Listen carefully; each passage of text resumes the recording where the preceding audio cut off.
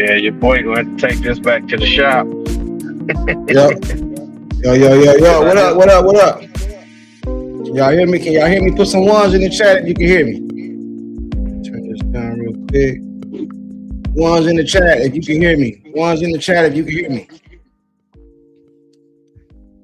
Let the room build up a little bit. We're gonna talk about some Indiana fever today, man. We got Brent, we got Sean, J-Dubb probably gonna pull up in a minute. You know what I mean? J-Dubb out there doing J-Dubb things and stuff like that. So put some ones in the chat if you guys can hear me. Ones in the chat if you can hear me. I got Maria. What up, Maria? She first one in the building. Maria, I ain't never really went this early, Maria, so we're gonna see. We're gonna see. Hey, Brent, Sean, man, what's up with y'all, man? What's up with it, man? How y'all doing? How y'all feeling? We good. You know, it always feel better after a win rather than a loss, right? Yeah, man. Always. And the fact that they got true, bro. And they got a couple of days off too, man. I don't have to deal with hearing, stressing about this team for a little bit. It's just nice to take a little bit of a break, man. Yeah. let me see who else we got in the chat. We got Larry Long. What's going on? Courtside.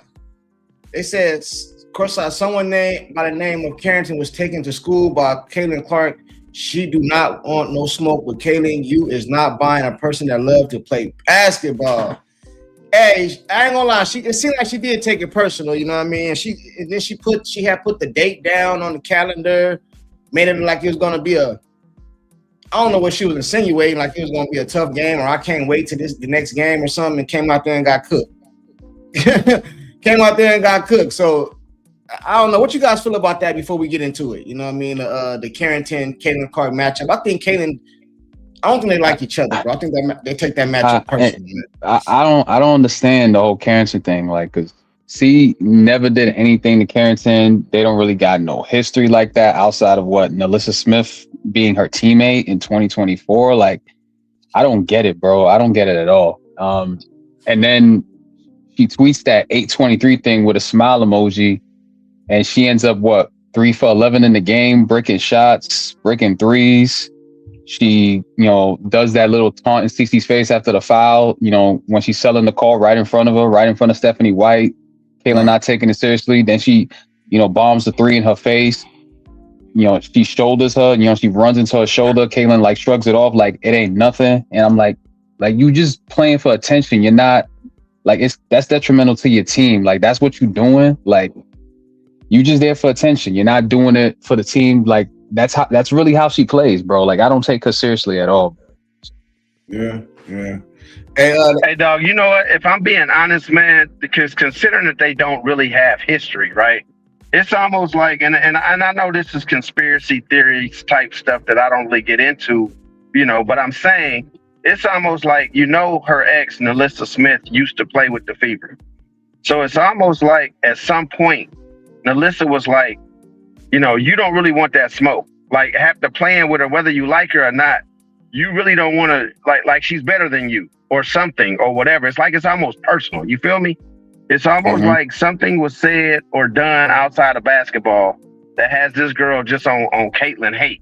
Because it don't make sense basketball-wise. Because basketball-wise, there's no competition. Basketball-wise, no competition, bro. Hey, so salute Jeff. Maria says Courtside, the stars aligned because she had 8 3-pointers and they won by 23, so it turned out to be Carrington's 8-23. LOL. Yeah, I seen that earlier for I can't think his name right now. The guy that does all the That's crazy. Are you serious? She hit 8 threes and they won by 23. Yeah. Did you see the video that you sent or J-Dubb sent of the guy that does the shorts all the time? I thought it was Brent that sent that video in the chat. Oh, well, whoever sent it, he mentioned it in that video. You know what I'm saying? So that was kind of crazy. Larry Long, like your content, Courtside. I've been watching, listen for a while, and I keep up the great content. Appreciate it, man.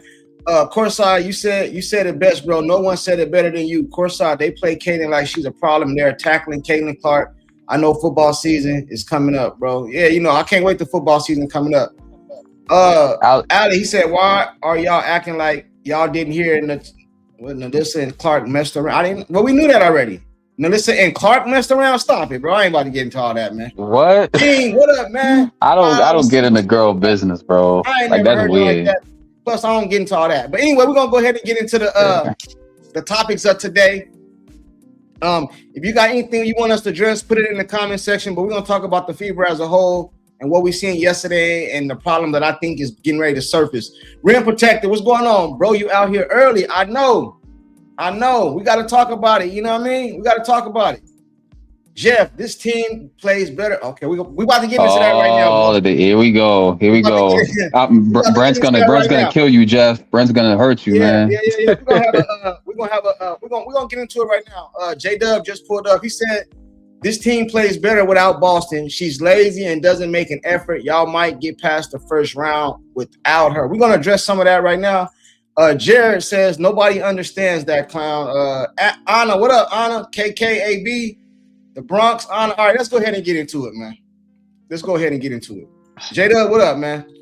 Hey, what's up? I'm gonna link my channel next time. I don't need my camera. I gotta find one of them batteries. One of them. You got what kind of camera you use? Are we live? Yeah. We live. I got an Osbot. Oh, my bad. No. I talk. Yeah.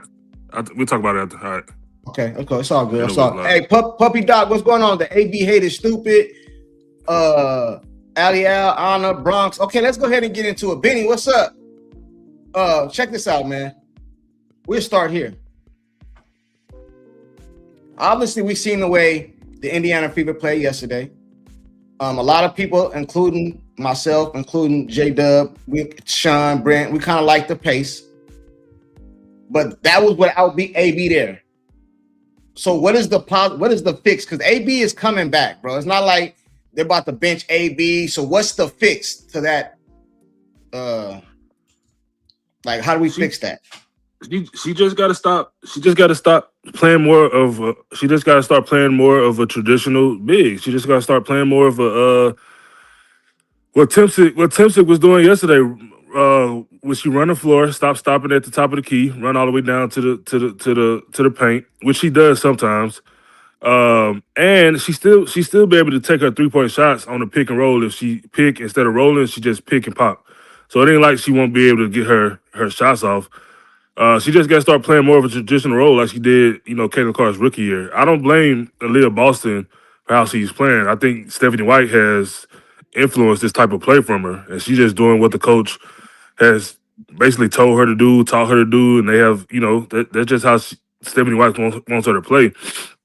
But I think it's obvious that without Aaliyah Boston, I don't think they're a better team, but I do think the offense seemingly flows a little better because Stephanie White has no choice but to keep the ball in Caitlin Clark's hands. And even Caitlin Clark yesterday, not saying this has anything to do with Aaliyah Boston, but before the game, apparently she told Stephanie White and the team she was going to have a big game. And this is just me, in my opinion, I believe that happened because she knows the ball was going to be in her hands as far as like the majority of the game and how she likes to play. And last thing, the 3 games they played without Aaliyah Boston, well, they played 4, but the game against the Sparks, CC only played 16 minutes. But the 3 games outside of the Sparks game where she played 60 minutes, the backcourt, Kelsey Mitchell and Caitlin Clark, has been going crazy. I'm talking about double-doubles, the 45-point game, where CC put up 45 points, 10 assists. Kelsey Mitchell put up 30 points that game. The first game against the Storm, CC put up a 21-point double-double.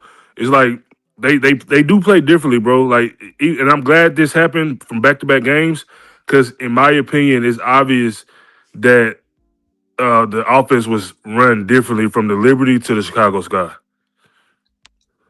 Okay, Sean, what you think, man? And what's your solution, bro? Okay, hold on. Let me hop back in. I don't know something. Similar to what J-Dubb said, and I know I said it before I left the live stream yesterday, that I feel like AB should still be one of the main focal points within the offense, but just not as the hub, because I just feel like she's not really ready for that responsibility, and she doesn't really draw the amount of gravity needed for that sort of hub to play out. Like, she's shooting threes at a high clip, and I applaud her for that. I think she shot like like almost over 40 or 50, if I'm not mistaken. But I just feel like as though she's not drawing gravity like that from like, the opposing team's defense, to where she can like facilitate at a high level. Like she's a solid facilitator, but I just don't think she's comfortable within that role as of yet. But I'm happy she's acquiescing to it. It's always good to do some uncomfortable things because it showcases growth for her game. But right now we need her, at the bottom of the basket, playing her back to the basket, getting those high percentage looks. And yeah, that foul trouble was something that we all like talked about early on in the season, and we wanted her to like not do that because they were either going to bait her, into those foul calls, overselling it, or she's really elbowing them and, she's really being physical and there's nothing, they can do about it. But if I were her, like, just don't overuse your elbow, use more of your lower body, because if you utilize that and if you were doing that in like early on in your career and in college, why not use it, now? So I feel like if she does that and we run more pick and roll as opposed to just standing at the top of the key, doing those dribble handoffs and doing those pick and pops, that sometimes those shots aren't going to fall for you like that. Like I would much rather her like play at the bottom, of the basket than her being at the top of the key, like that would be more comfortable for her with CeCe initiating a lot of the looks, that would work. Cause as you can see, I mean, as to J-Dubb's point, like the games that she didn't play, what was it, 4 games? Like KM and CeCe, they went off, bro. Like monster games, splashing all over these teams. Like, and I think to a degree, like, I know she wants to be a part of like what they're doing. So, and in order for her to do that, I feel like that's really the solution, like playing at the bottom of the basket, getting looks down there, like do what you were doing in South Carolina and in 2024 when you and CeCe were like running these girls out of the gym, running those pick and rolls, and there was nothing no opposing team could do about it. So that's what I feel will be the solution. Hey, I got a question for both of you guys. And I'm not giving an answer. I'm kind of asking. Do look better mean better? Because even me, I would agree that the offense looked better yesterday. But is that offense going to be able to beat some of these teams we have to play in the playoffs? Because I don't think teams are going to let you just run up and down the court. So what happens when a team don't let you just run up and down the court like that? See, I think it was more aesthetically pleasing to the eye because Kaylin doing Kaylin. Kaylin gonna be Kaylin. She's just great. You know what I'm saying? Mm-hmm. But when you put Boston there, it's a different type of offense. So I think it was pleasing to see, but I don't think that offense right there, bro, is gonna be that potent in the playoffs because I do not believe we're gonna play against some of the best coaches that people tell me, the Aces coach, the Valkyries coach, the Minnesota coach, all these great coaches, and they're gonna let you just run up and down the court. I don't think that's gonna happen, man. Yeah, go ahead, J-Dubb. You can answer that, bro. Yeah, for me, it's not just about running up and down the court. That's just one element to the whole, picture. That's just one piece of the puzzle. The offense, even in a half-court offense, is when you spam the pick and roll. How many open shots did you see Lexi get? How many? Because this is the thing. When Kaylin, I couldn't verify this stat just yet. I was gonna do it later, but yesterday apparently it was the most times in one game that CeCe drove to the hole. Right. Like that alone opens up opportunities for everybody else to take advantage of, and we've seen it. Even Lexi Hall when she's open at the 3, and when Lexi Hall starts hitting her 3. We seen hard closeouts. Then Lexi took off the dribble, easy layup, or she kicked it back out for an open 3 to other players. It's a rhythm. It's a domino piece. It ain't just about pushing the ball up and down the court. Even in a half-court offense, when you spam the pick and roll, it's multiple options off the pick and roll. It don't even got to be a pick and roll. It just could be a pick, or it could be a rescreen, or it could be a flare. It could be a ghost screen. There's multiple options in the half-court offense that teams just don't want to deal with. And I think that's made. I think opposing coaches have made that apparent. Like the number one goal is to get the ball out of Caitlin Clark's hands because everything moves or acts different. It's like a domino effect. Like once Caitlin Clark get to going, the opportunities are endless. It's endless, and so I don't want to make it seem like it's just running gun up and down the court. That is one piece of the puzzle, but the other piece is still the half court offense. Like still the half court offense. And imagine if we get back to the traditional, pick and roll or picking whatever with Aaliyah Boston, and she could be way more deadly than KK, way more deadly. But Yeah. that's not the way Stephanie White is using it. Like Aaliyah Boston has multiple options because she can shoot, she can dribble, she can pass. She has great feet work. And then her and KK can play off each other as two bigs in the paint. Like it's multiple options. And I don't understand, why Stephanie White decides to. She just believes in what she believes in. But I think we have enough evidence this year to tell us that, hey, this is the best offense when CC is allowed to run the offense like she did yesterday. No, this has been the best offense almost all year. So only thing I'm saying is I don't want to be prisoner of the moment and people start acting like AB is just a liability or something, because that ain't true. That's not true. I don't believe we go that far in the playoffs without AB. I don't care what these people talk about. I don't care about how I looked yesterday and all that. I think you're gonna need AB in these playoffs to compete for a championship. And the reason I say that because I'm seeing people say start KK and put all these different solutions. I'm seeing it a whole bunch. Like I saw it all yesterday, bro. They were like, "Oh, she has more chemistry with CC," and I was like, "Nah, I'm not with all." I didn't like that, so I was like, "We got to slow it down a little bit." And let's not forget too, we were playing against the Chicago Sky. What if we're playing against the Valkyrie when AB didn't play and AB don't play? Do you think we still get that up and down to all that? Because the Valkyrie usually D us up. They play good D against us. Do that look the same against the Valkyrie without AB? Same, everything the same yesterday, but against the Valkyrie. Do it look like that? I don't think it do. I'm not saying we win or lose. I'm just saying I don't think it looks like that. So I don't want people to start talking crazy like AB is just some, you know what I'm saying? Some average player you could just pick up. I don't believe in that, bro. Hey, Brent, man, I've been silent because I've been trying to get some things situated, man. But this is my thing now. First of all, y'all all know I'm biased, so I'm not afraid to say that. But at the same time, y'all heard me say I was ecstatic I had a game win yesterday. So it's not like I was all like sad because AB didn't play and we got to win. You know what I'm saying? Mm-hmm. But for any fan that's foolish enough to say we're better without it, and I'm using that word, and it's not personal, it's to the take. So if you take it personal, I apologize. But I'm saying the take is crazy because, okay, what I want is for any fan, and trust me, there's probably a fan on here that's in amazing shape, and that's cool. Prove me wrong. But for any fan that's not, what I want y'all to do is tomorrow morning, I want you to start CrossFit, and I want you to have a live feed for all of us to watch. And I want to see how quickly you pass out, throw up, and all the other stuff. You went from being a big back to the basket to being a running big. I don't run marathons. I've never tried to run one, and I'm not going to. But when you ask somebody that's over 200 pounds as a female that's been big and playing back to the basket to change her whole identity, you have to expect some grace and a period of getting used to, right?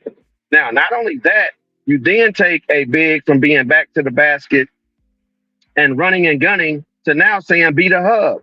That's something else she's never been.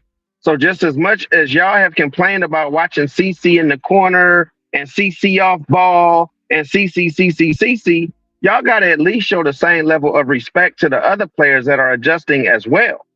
It just makes no sense to be this silly to think that we're better without one of the best bigs in the game.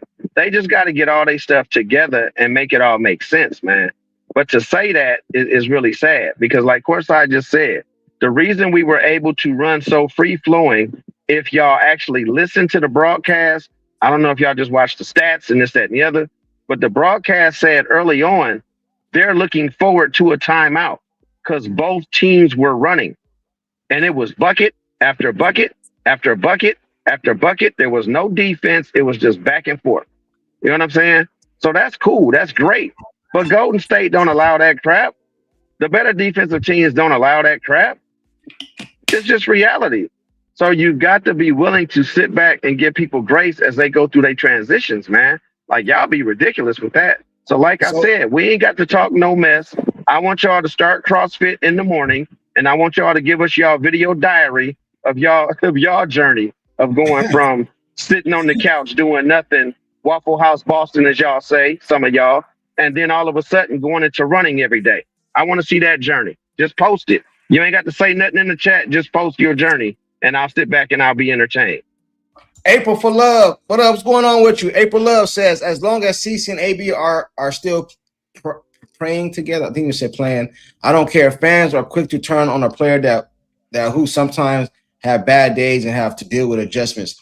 Yeah, but it's the same thing, bro. It's nothing against AB because it's the same thing. When CC be out, they say the team better without CC. You know what I'm saying? So it's you know what I mean? My thing is, what's the fix? Because AB is coming back. So that was more so my question because I don't want to get rid of AB. I ain't there yet. You know what I mean? I think that's just an extreme, side of the fence. I'm not interested in addressing extremists because that's just crazy. First, anybody who out there was just saying like, oh, like let's get rid of AB, like that's ridiculous. But no, Dubb, not get rid of AB. Let her come off the bench. I don't think that's that extreme. That's extreme too. For you dealing with a all-star. Like I mean, come on, like she's a good player, but there is a talking point into how she's been used. Like that's a fair talking point. Right. Like and the hub thing is a real thing, whether you agree with it or not. Like they play different. They play different without AB. Like that's just a fact. Like whether you agree for the better or for the worse is one thing, but that's a talking point. And I'm of the opinion that I think that AB needs to get back to being a back to the rim, and she still get her threes when she plays the 2-man game with Caitlin Clark. And obviously, Kelsey Mitchell is not affected by the 2-man game. She never has been. So I don't. That's why the offense that Stephanie White chooses to run confuses me because to me it just isolates players. It just isolates players. Like the game we seen yesterday, everybody to me was involved. Everybody was involved in the offense. They was engaged. They knew the ball had an opportunity to come to them. Like it's different, bro. It is to me. To me, it's totally different. It's a totally different offense, and to me, it's a better offense. And I think if you stick Aaliyah Boston in this offense, 2-man game, we become even better because Aaliyah Boston is a really, really skilled player. But when she's stuck to stand on the 3-point line, asking for the ball, like I don't agree with that. I just don't. Yeah. I get it. You know what I mean? I get it. My only pushback is be what I always say. They've been the number one offense in the league. So if something is somebody's number one offense, how do I? And that's what Aaliyah them playing the way they play. So how it don't look good. All right, let me ask you guys a question. Would you rather something look good or go to the playoffs and win? Because the Fever be looking good sometime without Caitlin. When she hurt, they be out there winning. But we all know they're not better without Caitlin. But it looked like it flowed better through Kelsey, right? But we all know that's false. CC is the best player on the team. So just because it looks dog, this is my point though, man. And this is why it's asinine to me. We played Chicago with Boston, and Boston went for 34. So I'm like, to say she sucks, she need to be off the team. We played better without her. We put up 114 with Boston. You know what I'm saying? So it's like Chicago sucks. We got to take it for what it is. This is called, like you say, prisoner of the moment, bro. It's we just beat them without her, so now we don't need her. But we played them with her. We put up 114 points. She went 34 points and 12 rebounds. So that's what I'm saying. People they always have an opinion right after a game that just truly don't make sense, man. You got to look at the full body of work. Let's not talk about people's opinion. Let's talk about us right here, how we see it, right?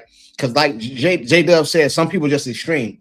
I'm saying it looked like people want. Okay, let's put it like this. People want to see CC play CC ball, bro. That's what it is, and I have no problem with it. That's what brought me to Caitlin Clark, her playing her style of basketball.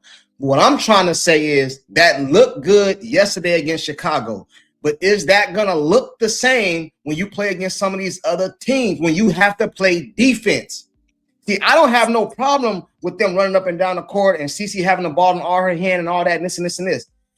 Other coaches, you know how you can take that off? Make her play defense. So what happens when Caitlin gotta play this guard right here that's going to the basket every time. Now you're gonna put the ball in her hands all up and down the court the whole game. It's not gonna work. And Dallas just showed us that when Enrique made them play defense. And what happened? You seen Caitlin Clark out there tired, or do we forget that? Do y'all remember how Caitlin Clark was out there tired and doing all that? She didn't have to play no defense yesterday. That's my point, though. You don't have to run. Like, that's just one piece of the puzzle. You don't have to run. Her hands, period. Is what I'm saysaying all the time. Go ahead, bro. I'm sorry. I mean, the ball. I'm not saying the ball got to be in her hands 100. I'm talking about the style. Because I'm talking about even if you don't run, you still can. You know the difference is with KK and Monique Billings and maybe Russell. The biggest reason why they are able to play a better 2-man game, at least right now, with Caitlin Clark and Leah Boston, because they're not as skilled. So with them three, they're gonna set real normal picks and look to rescreen because they're not as skilled as Leah Boston. Leah Boston knows she can get that ball and do something with it. So maybe her intention is not to just set a very solid screen or rescreen. She's gonna roll, she's gonna pop it, she's gonna be looking for the ball. KK and them not gonna be doing that because they're not as skilled in the open court as Leah Boston. That's one of the I say issues, but that's one of the things I see. Like what you said is 100% correct, J-Dubb. So that's what I'm saying. Yeah. So the question needs to be, how do you incorporate everybody? But what most people only care about is how do you incorporate CC? And that's what I'm saying. Just like Courtside said, what is the remedy? We could talk about all of the problems, but what's the remedy? Because the only remedy is to allow her to play some of her games sometimes. And that's going to take the ball out of Caitlin's hands. And most people don't want to see that. So what is the remedy? That's why they saying get rid of Boston. No, we acting like we haven't seen Aaliyah Boston and Caitlin Clark be extremely successful. That game you talking about where both of them scored 30 against Chicago, that was a game where they spammed the spammed the 2-man game with CC. We can't act like we haven't seen Aaliyah Boston and Caitlin Clark be extremely successful running their type of game. The issue is I agree, but what I'm saying, J-Dubb, is if you think about that game, that's the game that Kelsey Mitchell went for 19 because they both had 30 plus. So all I'm saying is when you have 3 stars, somebody ain't getting their numbers on a given night, and that's okay. But is the fan base okay with that being Kelsey Mitchell going for 30 and Aaliyah Boston going for 34? And CC not. That's what I'm saying. Like, somebody is going to get a little less shine when you got 3 great players, bro. And I don't care who gets it on a given night. That's why I was happy last night. Aaliyah didn't even play, and I left the game happy. But can other people do that? We haven't seen that be successful. Like, I don't think if Caitlin Clark is and it's not because I'm a fan of Caitlin Clark. I just think it's the style of play. I don't think we'll ever see them 3 in the game and then Aaliyah and Caitlin going for 30. I can't even envision that. I don't even know how that works because I mean I haven't seen that. I haven't seen it like that. What I will say is I think Kelsey Mitchell is a better third option than Aaliyah Boston. Because Kelsey Mitchell is an ISO player, so Kelsey Mitchell. That's why Kelsey Mitchell get hers no matter what offense you run in, you play. I think Kelsey Mitchell is the better third option. I just think she's been on such a heater. Aaliyah Boston has naturally kind of fell into that position, and then I think sometimes we see Aaliyah Boston start forcing shots to start, playing a little bit outside of what we normally see from her because she also has to get her shots. I think when Caitlin Clark is the engineer. I think everybody. I just think everybody gets involved. I really do. It's just my opinion. No, what you're saying is true, dog. That's why when the third option, if you want to say that, the third option is okay. You know what? The offensive set maybe didn't work exactly how we wanted it to. Kelsey, go get a bucket. That's the third option. First option shut down. Second option shut down. You know what Kelsey is? Kelsey is the running back on the sideline dump off. They ain't went downfield. They ain't went nowhere. It's just a dump off to the sideline. Go and get us a first down or whatever. That's what Kelsey is, or what she could be. I agree with you. But what I'm saying is, if in like what Courtside is saying, when we get to the playoffs and the better defensive teams do stop the offense and Kelsey becomes the bailout, Are we gonna be okay with that? I'm just saying I would love to hear people happy for all the players when we win a game. That's all. I don't care who gets it, bro. You ain't heard me come on one live and say AB didn't eat enough. No, Not that I remember. Do you guys remember at the beginning of the season when I forgot what interview it was when CeCe was like, yeah, I do want the ball in my hand sometimes to give me time to take a break. I get tired and this and this and that and that. You know what I'm saying? So no, she just said that last night. I know, but she said that last night. She did, but she said it a while ago too. So my point is, what happens when we get in the playoffs and not only just Kaylin, I don't want to isolate this to Kaylin, Kelsey, Boston, they're forced to play defense. So now you got to exert energy on the defensive side of the ball. But then you come down and you got the ball in your hands all the time. I think that's why I don't think she had a bad game the other day against Dallas. I think she was off because she was gassed. I think she had no legs. I think she was tired. Plus, they was on a road trip. And Enrique coming down here making them play defense. That's right? Why I was asking. That's why I was asking the question on the live yesterday, bro. I said, like, with this, the lineup that they had yesterday, would it have been more impressive that they did that against New York, knowing that New York had a lot of length and Phoebus, who can play all four positions, guard athletically and still give you what she can give you. She's going to make you work for every single shot. Would it have been more impressive with that lineup against that team, knowing that they're not just going to let you run and do what you want? You guys all said yes, that would have been more impressive, with that lineup. So wait. Well, we have to stop acting like this is new to basketball. Caitlin Clark is not the only great offensive player who's not that great at defense. That's where coaching comes in. That's where team construction comes in. Caitlin Clark is not the only great offensive player that you have to worry about that you have to worry about energy on defense. That's where coaching and GMs and all that stuff takes a big role in how you construct the team around that player. That's it. Like she got to play defense. She got to play defense. But that ain't an excuse, to not play the game that I believe works best for everybody. And I'm not saying that you give her the ball every play and have her run 94 feet. Okay, if they pressing and you need to give her a break, okay, have Aaliyah Boston, Kelsey Mitchell, whatever, bring the ball up the court, but you still can run the two-man action. You still can do all that stuff, without, the quote-unquote hub situation. That's not an excuse to me. Like, okay, so what is your biggest debate with how it's being ran? Is it the fact, because you just said AB can bring the ball up. So let's say she can bring the ball up. Okay, so she does that, she brings the ball up, and we set up the offense. Once we get into the half court, because that's what it is, what is it that you want to see? I want to see two-man game. I want to see what we seen last night. I want to see high pick and rolls. I want to see pick and pops. I want to see read and reacts. I want to see all the stuff we seen last night. And what my issue is, when we see Aaliyah Boston taking the ball up the court, which I have no issue with, the offense is totally different. Like we'll just see a whole bunch of dribble handoffs, and Kelsey Mitchell coming off pin downs, and then Caitlin Clark is kind of just, she's kind of stuck to this isolated player. Like that's okay, not. And I agree with you. You heard me say, I believe come the playoffs, we'll do more. We'll do more of that. And maybe I'm wrong. Yeah, you may be right, Brent. But even though Caitlin Clark has proven to be a good ISO player this year, that's not her strength. That's not her strength. That's not her strength. Now she has improved her game, so her ISO game has got better. But Caitlin Clark thrives off mismatches, pick and rolls, creating advantages. Like that's we don't got a run and gun for us to do that. And then in Stephanie White, that's her job, is to protect Caitlin Clark on defense. It is what it is. She's not the best defensive player. We see it with Steph Curry, Luka Doncic. That Caitlin Clark needs to give effort. I'll give you that. Sometimes she get lazy on defense. I will give you that. But just that's where the GM and coaches come in play, and you protect your star on defense. It is what it is. Like that's not an excuse for me.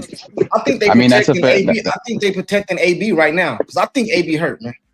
I think that's why she might be. I think that's why she's not down low. There's two reasons. That's why she's not down low, and I think her getting in the foul trouble. I don't think they just took her out of the paint just just because it looked good. Like, I don't know. No. This is what Stephanie White won't, because AB is a very smart AB is a very smart player, and I see her. She's a very high IQ player on offense. If she sees it, especially when she's running the floor, how quickly AB pins somebody under that rim is amazing. But that's part of her game that just seems to have vanished because of the offense that she's been taught to run by stopping at the 3-point line, asking for the ball. AB is a very high IQ player. She runs down that court, and the way she pinned people under that basket, the way she used her body under that basket is amazing. And Caitlin Clark, you just said it, J-Dub. I gotta cut in, and I apologize because that's the point. That's the point, though. What do you hear about bigs? What do they say? Do your work before you get the ball, right? Right. So when she gets down there and she's got somebody buried up under the basket, she got to get the ball right then, bro. And a lot of times she don't. That's why she got to use shoulders and this, that, and the other and all that. Dog, when she's getting, no, you heard me say under the basket. If someone is under the basket, there's nowhere for her to get to but layup. When she goes down and has her butt in somebody's waistline, and she's waiting on the ball, it's got to come right then. Where she gets a problem is when she got to go out for 3-second purposes. She got to get out of the lane, and then she got to try and get back into it. That's the problem, bro. If you get down there and you establish position before you got to do all that work, that's when she should get the ball. And I'm not blaming nobody for why she's not. I'm just stating a fact. I haven't seen her do that in a while. And when she do it, I see Caitlin Clark give her the ball. Like, I mean, I don't. Maybe I need to pay a little bit more attention. Okay. Maybe I need to pay a little bit more attention to it. And see, that's what I was going to ask you. Is that what? Because you gave me all of Caitlin Clark's strengths. What is AB's strength? Is AB's strength being the hub and shooting threes? Is that her strength? No, I would say no. I took AB's strengths from you. Getting back to the rim. You know. Right. So that's what I'm saying is that we make it seem like AB need to be cut and be off the team. I'm not saying us four. I'm making a statement at this point. When she's not even playing to her strengths.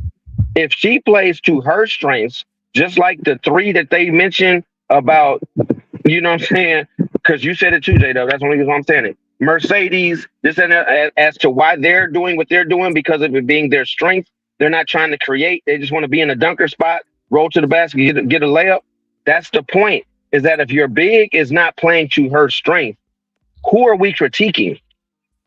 We should be critiquing the coach. That's my issue. So if you let that lady play to her strengths, sometimes that's going to change how the offense is ran. And that's what I'm saying is that we should be able to play, let's say in totality, if CC in the game 32 minutes, we play 22 minutes of CC ball. Give AB 10 minutes to shine. Give her 10 minutes to get busy. But that's what this is my issue, and you make a good point. But I don't even let's go to what Stephanie White, what we call her offense. And like I said, I don't subscribe to the rogue. I think Stephanie White at times allows CCs to do her thing. I think Stephanie White at times want her offense to be ran. I think that's apparent. But let's say Stephanie White is doing her thing. She wants her offense. I don't see this team taking advantages of mismatches. It's like the offense is pointless to me because there's multiple times where AB set a screen or a drag screen or whatever you want to call it, and she'll end up with a guard on her, and she'll stay on the 3-point line instead of sprinting her butt to the paint and somebody getting her the ball. And I don't think that's necessarily AB fault. I just think she's locked into what Stephanie White wants out of her with this offense, and that's her been the hub. And my last point is, I think the main reason, and I truly believe this, and like y'all know me, I don't disrespect nobody, I don't call them out their names, but I believe Stephanie White, I think the main reason for this offense is because she does not want to allow Kelsey Mitchell to be the third option. I truly believe that. I think Kelsey Mitchell is a veteran. They've been with Indiana her whole career. I think they have a soft spot for her. I think Stephanie White don't want Kelsey Mitchell being the third option. I really do, because it makes no sense. This offense decreases 2 of your star players' skill sets. 2 of them. Aaliyah Boston and Kelsey Mitchell. The whole rookie year going into the second year, we heard nothing about. All we heard is about how deadly Aaliyah Boston and Caitlin Clark can be. And if this team would have positioned themselves to surround them and allow Kelsey Mitchell to be that third option who still could get up 15 to 20 shots a game, it'd have been deadly. All right, check this Oh, out, though, right? I gotta hop. Hey, check this out. Hey, how out of all the games that the Indiana Fever, I'm asking too. I'm not going against it. Out of all the games that the Indiana Fever have played this season, right? How many of them has been the hub situations? What do you mean, like the hub, like entirely? Offense, the hub, like the hub Let offense. the chat tell it it's 14 because that's the 14 we lost. What was the question? out of all the games played this year, how many of them was the Stephanie White, the hub offense, whatever you want to call it, whatever offense? I think they do it periodically throughout games. I don't think it's one whole game. Yeah, I mean, I think that's impossible. I don't have no problem.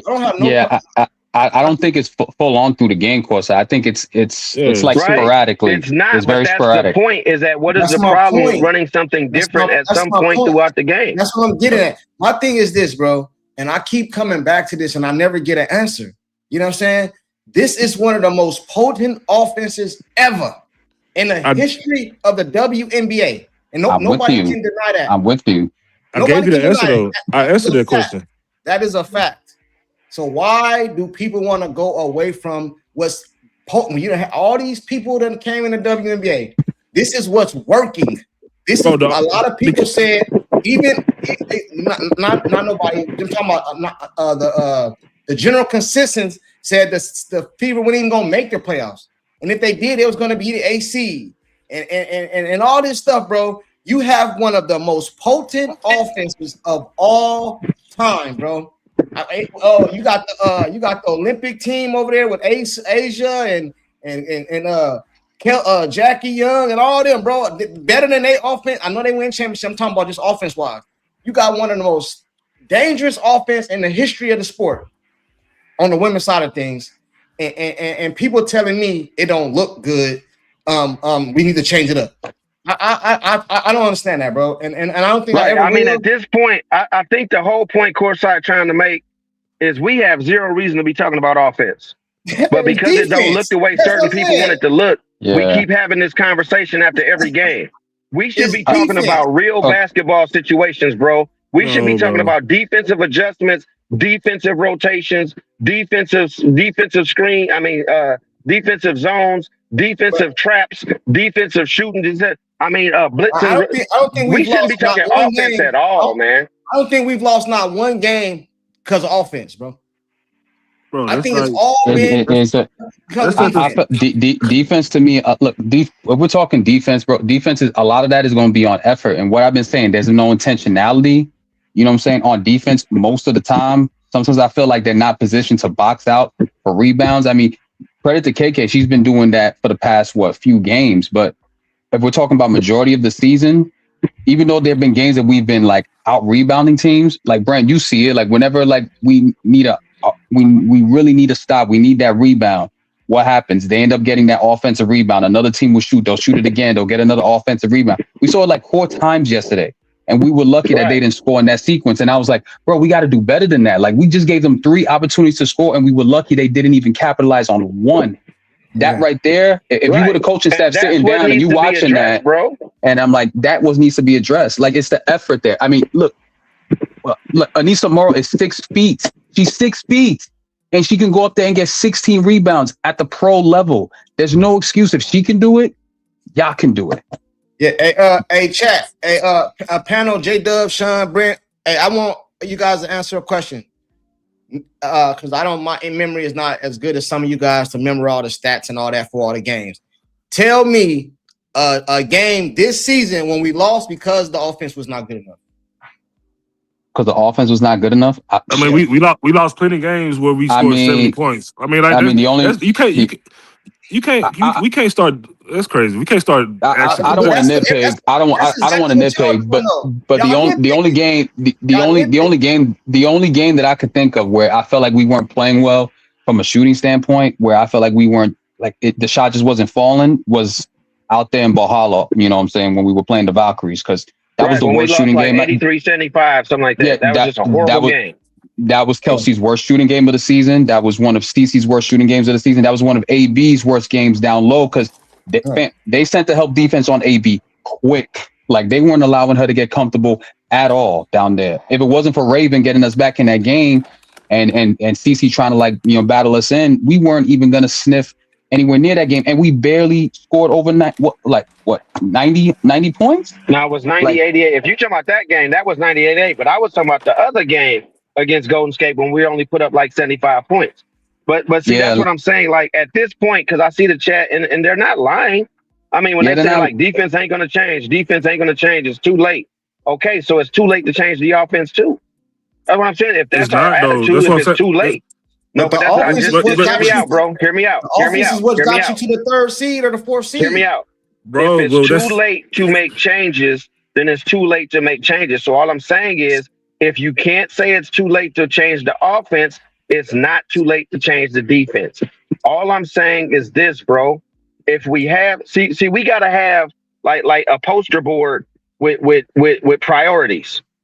What is the priority to change? We will get through these playoffs with the offense that we've had all year that has scored 100 points 20 times.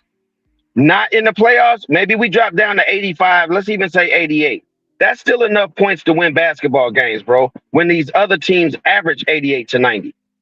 Our problem is allowing teams that average 80 to score 115.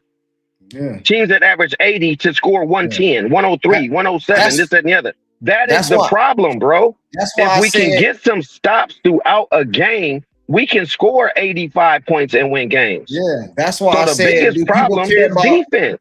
That's why I said, do people care about how I look, or are they just more concerned about winning games? I wanna bring something up for y'all. Then I understand. Let me get the super chat real quick. Hey, private nobody. Hold on real quick.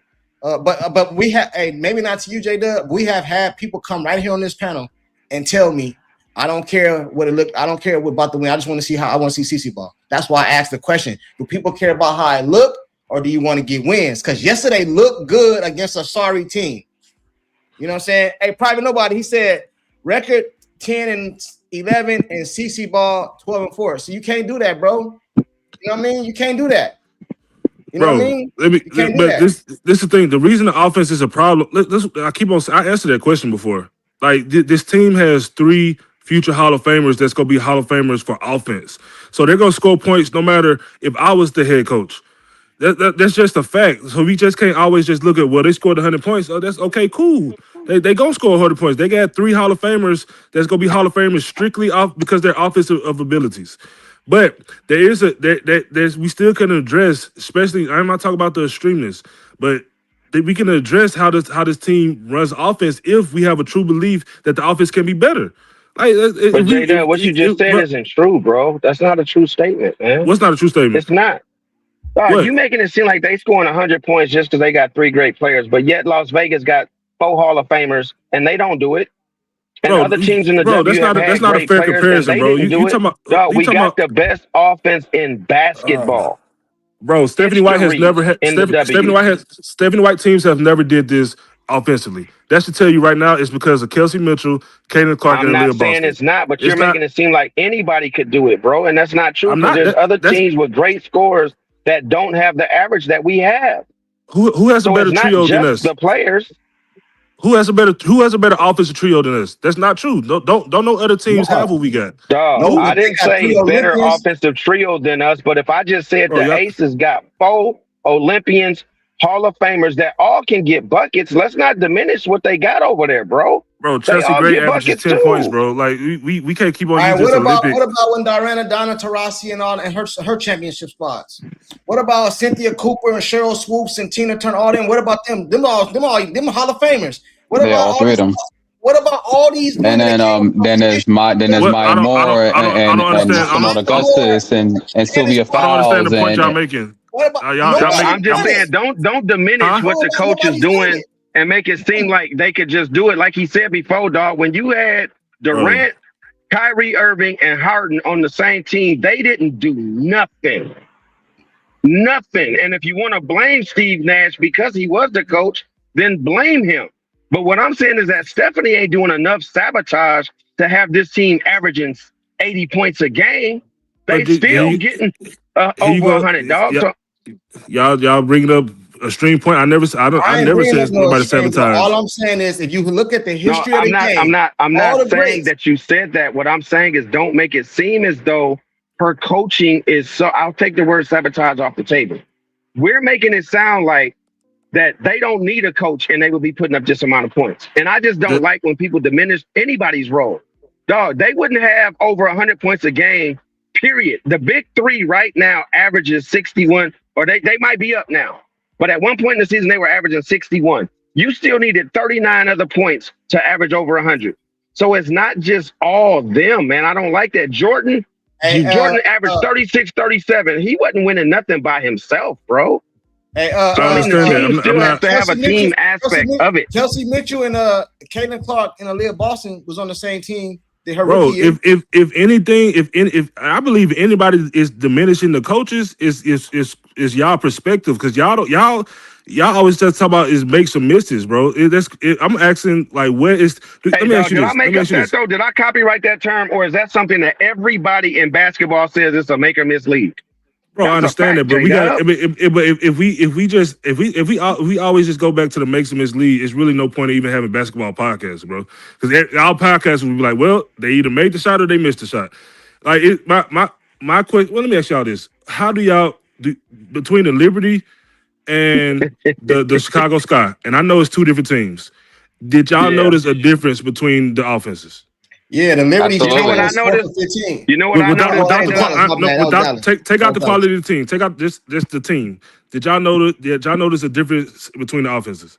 Take out the quality of the team. You can't say that, dog, when a team is better on defense than the other, man. You can't say take out the team. Bro, you can say that if they you can say that if bro, you can say that if they run in against air. If you have five.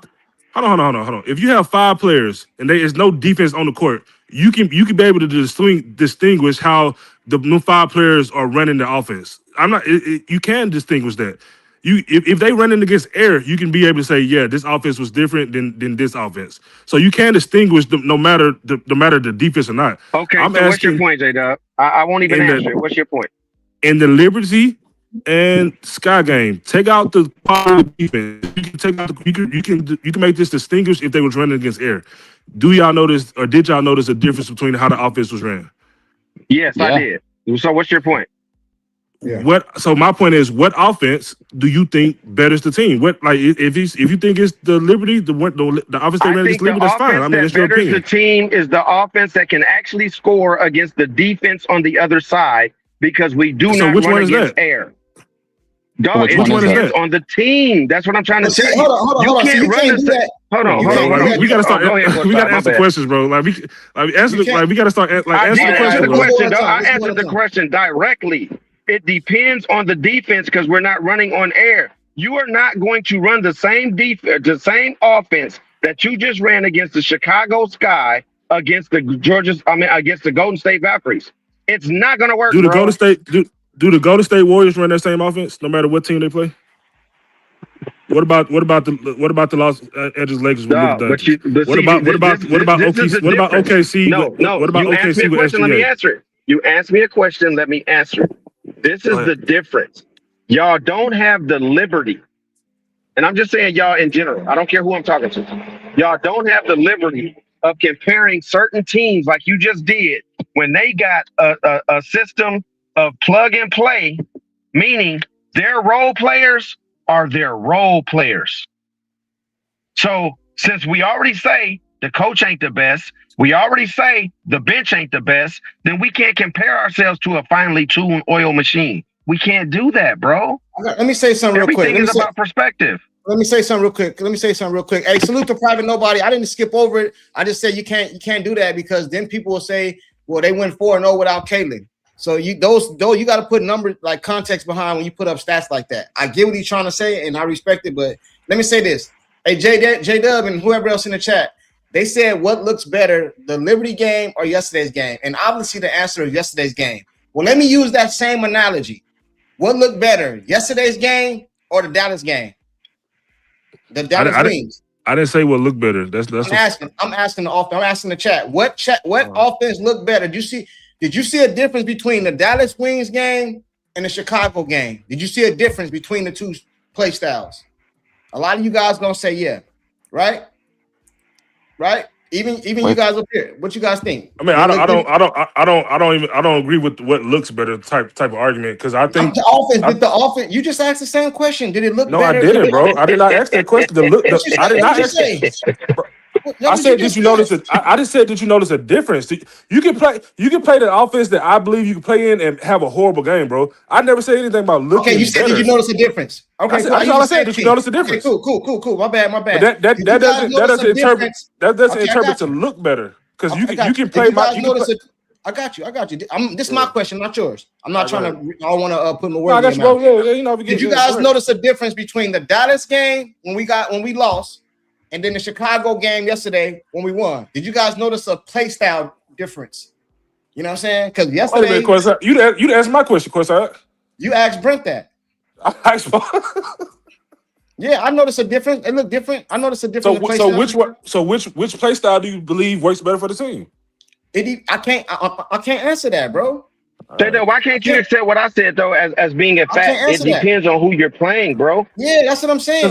Because the play style yesterday looked good, right? But the play style versus Dallas is people saying that's when Kelsey was ball hogging and all that other stuff, right? But we would have won that game. CC was only had 10 points. Is that the reason we lost because of the play style? Once again, I didn't say. You can't do no, that, I can because I didn't say that. I didn't say nothing about. I don't believe overall, man. I'm saying overall. I'm talking about me though. I think Brent, to answer your question, I think you play the style of offense with the 2-man game, no matter who you play. I think that will work no matter who you play, and that doesn't mean I'm talking about you run the ball full speed up and down the court the full game. I'm not talking about that. I just mean when CC's on the floor, the majority of the time you allow her to do pick and roll, read and react, and you allow back cuts and all this type of noise. You keep Aaliyah Boston in the paint unless she's on the perimeter setting the pick. Then you take her butt back down to the paint because she a baller in the paint. I believe you run that offense no matter who you play, whether it's the Liberty, whether it's the Sky, whether it's the Lynx, because you know what? The Lynx run that offense no matter who they play. And the coaches, Cheryl Reeve, if she needs to make adjustments, if she need to make what private like to say nuances to the foundation of what they run, that's why they run a totally different offense than last year, bro. Even when Fee came back into the game, they are not running that offense. They're not running that offense through Fee no more. Yeah, they're not. They're not. If you've seen it, it's strictly through Olivia Miles. You do that no matter who you play, bro. That's what happens when you have generational talents. You don't switch up the whole offense. That's my point. I don't care who you. I don't care if you was playing. I mean, the Oklahoma City Thunder. It when she was trying to make a case for Olivia. She said, "I'm like, we're not 31-7 without Olivia Miles." She said it clean cut. What that tells me is that the offense is running through her. And that's where the identity through that too, from an offensive standpoint. It leads it. So Brent, let me ask you this. Let me ask you this. What do you think is the offensive identity of the Indiana Fever? Like clean cut. Like I would love to know your straight up opinion. What is their offensive identity? I don't know. I've said that all year. I don't. You don't think that's a problem? You don't think that's a problem? Hey man, I know it's a problem, bro. But the only thing that I have said is that offense with no identity is still getting buckets. That's all I've ever said. They still lead the league in scoring. But this is what I'm saying. J-Dubb, to your face via this phone, I agree with you, bro. I'm not saying that I disagree with you. I think see, sometimes when people debate, certain things get taken out of context. What you said is 100% spot on. The only counter I have to that is, like I said, bro, there are some teams that when a shot goes up, 2 or 3 players go back. They don't rebound. They don't try and do whatever. They get back and set up on defense. So run and gun just isn't going to be as successful against those teams. So therefore, AB back to the basket. I'm the one advocating for that. I would love to see it. But you know what? The same way CC's team, Iowa, put 4 people around Boston down low. Guess what? If she's taken out of the game, I'm okay with it. I'm not mad. It's part of the game, right? But you know what happens at that point?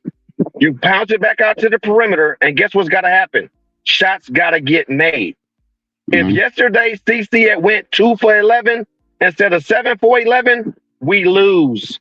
no matter what offense we ran, you have got to make shots. That's what we keep saying. If she had went 2 for 11, like she had gone 2 for 9 the 2 previous games, dog, that's why I said in our private chat, when people online putting out their videos talking about CC was stat pad and all that, that's BS to me, because what I feel like is she finally was making shots and we had to let her stay in her rhythm. I wouldn't have cared if she played to zeros on the clock, bro, because she was in her bag.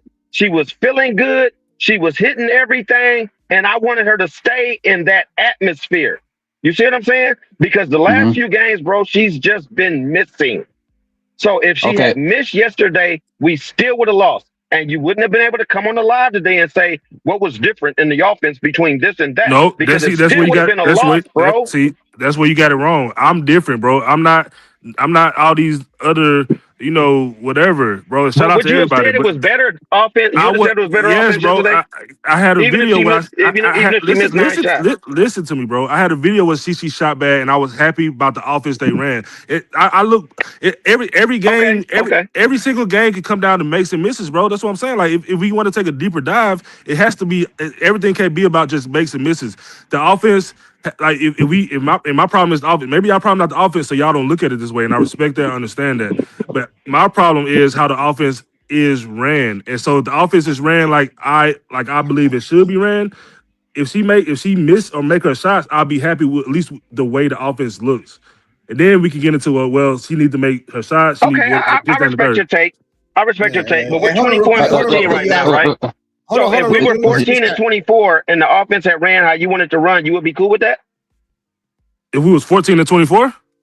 Yeah, if the roles were reversed and the offense was ran exactly how you're saying, and we were 14 and 24 and not a playoff team, would this have been a good season just because the offense was ran how it should have been ran? No. Okay. All right. Hold on. Let me get the super chat real quick. Private, he said you asked for the record on both styles. Yeah. I know. But I thought you were saying because we had the conversation yesterday, I think it was, when we were talking about what was it? We had somebody put in the chat how many games CC won she had more games. Where Kalen was the leading scorer and how many games we won when Kelsey was the leading scorer. Of course, how many likes you got on the video, man? We should be running it up right now. There's some good. How many likes? Hold on, real quick. Let me get this other one. The Fever should have building a team for the playoffs instead of catering to personalities. Hey, salute to you. You know what I'm saying? What you guys think about that? The Fever should have been building a team for playoffs instead of catering to personalities. What you guys feel about that? Whose personality were we catering to? You gotta elaborate on that. Yeah, I don't know what that means. Like break it down a little bit more. I'll come back to it. You don't gotta put a super chat, but just put it back in the chat and I'll read it. J-Dubb, I was gonna ask you, like the game that we just had against the Liberty. The Liberty game. Like on the those first few possessions. What did you see on those first few possessions? I just would love to know, because on the tip, they gave the ball immediately. They gave the ball immediately to AB to bring up on the court. They ran one play for CC. They got, she ran off into the corner. Her favorite, her shot, left hand, step back. But Phoebus was on her. Did she just feel uncomfortable, in that play that they ran? I honestly don't remember, bro. You said the first play of the game? Yeah, that first play of the game. Like, because she shot the first, they ran a play for her. She shot it up. And it was the first shot of the game. The ball didn't start off with CC's hands. It started off with AB bringing it up through the court. If I'm not mistaken, KM ran through, a little pin down. They passed it straight to CC on the left hand part of the wing. Phoebus is guarding her and everything, but they brought the extra help defender out of drop coverage to guard CC, but she still felt comfortable enough with the screen that she had, and she put up the shot. And the thing that came to my mind was that, I don't know, a part of me felt like she didn't feel comfortable with that shot because they ran off so much shot clock off that she felt like she had to take that shot because there was no time left on the clock. Like, did you think she felt comfortable within that offensive set, to open up the game? And was that indicative on because with CC, I felt like it's a confidence standpoint. She has to see that ball go in the hoop, and if she feels like it's not going in when the sets are not really ran through her at a quicker clip, she feels like she has to kind of force things. Did you feel like she forced it? I don't remember that particular play, bro, but I will say this. What I do, my most memorable memory from that game is CC wasn't, for one, the offense. I feel like we was drilling the Stephen White offense, whatever. No, because For two, I feel like she wasn't driving to the hole as aggressively as she normally has been. The past I couple agree. weeks. And how we did I mentioned yesterday. that. I mentioned that on the live when we were talking with Courtside, but I felt like the first 4 possessions of the game, because I feel like CC to a degree has to have the ball in the hands at least once of those 3 or 4, 4 possessions.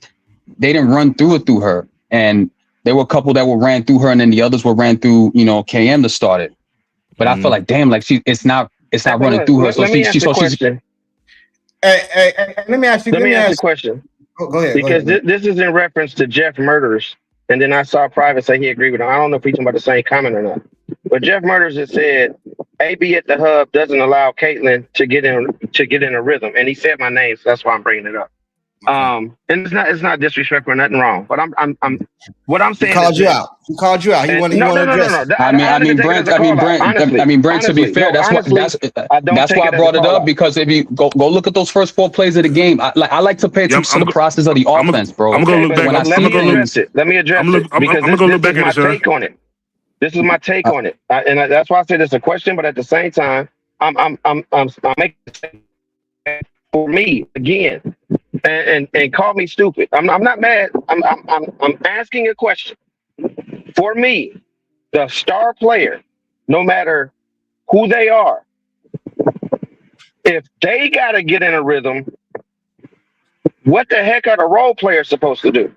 So what I'm used to hearing personally is that a lot of star players get the others involved so that they're comfortable, because a star player is able to get into their rhythm anytime.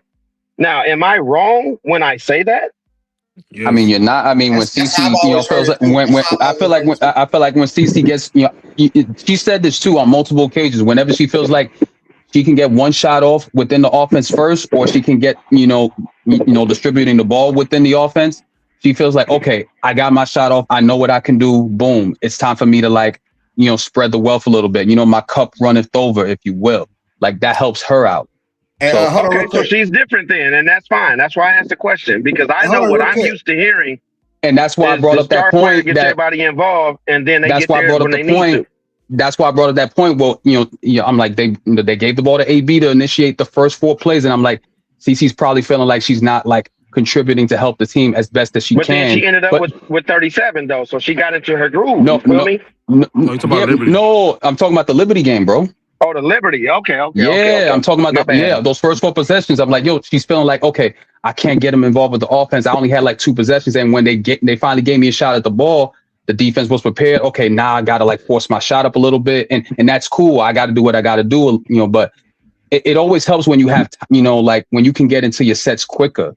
So when you run up time, y'all play ball when time runs off the clock, you low key. It needs to be catered to. I agree with that. If that's her MO, it needs to be catered to. Sean, Brent, hold on. Let me get this person sent the super chat. So I want to remember we asked that we want to know more information. They said the Fever starters played too many minutes. The Dream lost 5 games in a row. They kept playing his whole team. The Fever catered to about 4 players. Look at the minutes. That's what they meant by that super chat. I mean, AB has been on the minutes restriction with her leg all season. If we're being real, CC's had minutes restrictions. The only one that's played out of the 3, KM's the only one that deserves a rest out of all the players. She's been playing 34 minutes a night consistently. If anyone, I don't agree with that.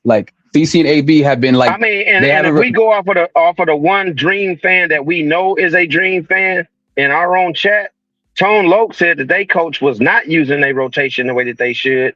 And I know for a fact that Okot doesn't get enough playing time and this, that, and the other. So, that's what I'm saying. I think for me, the old saying is winning cures everything, but with this fan base, it doesn't.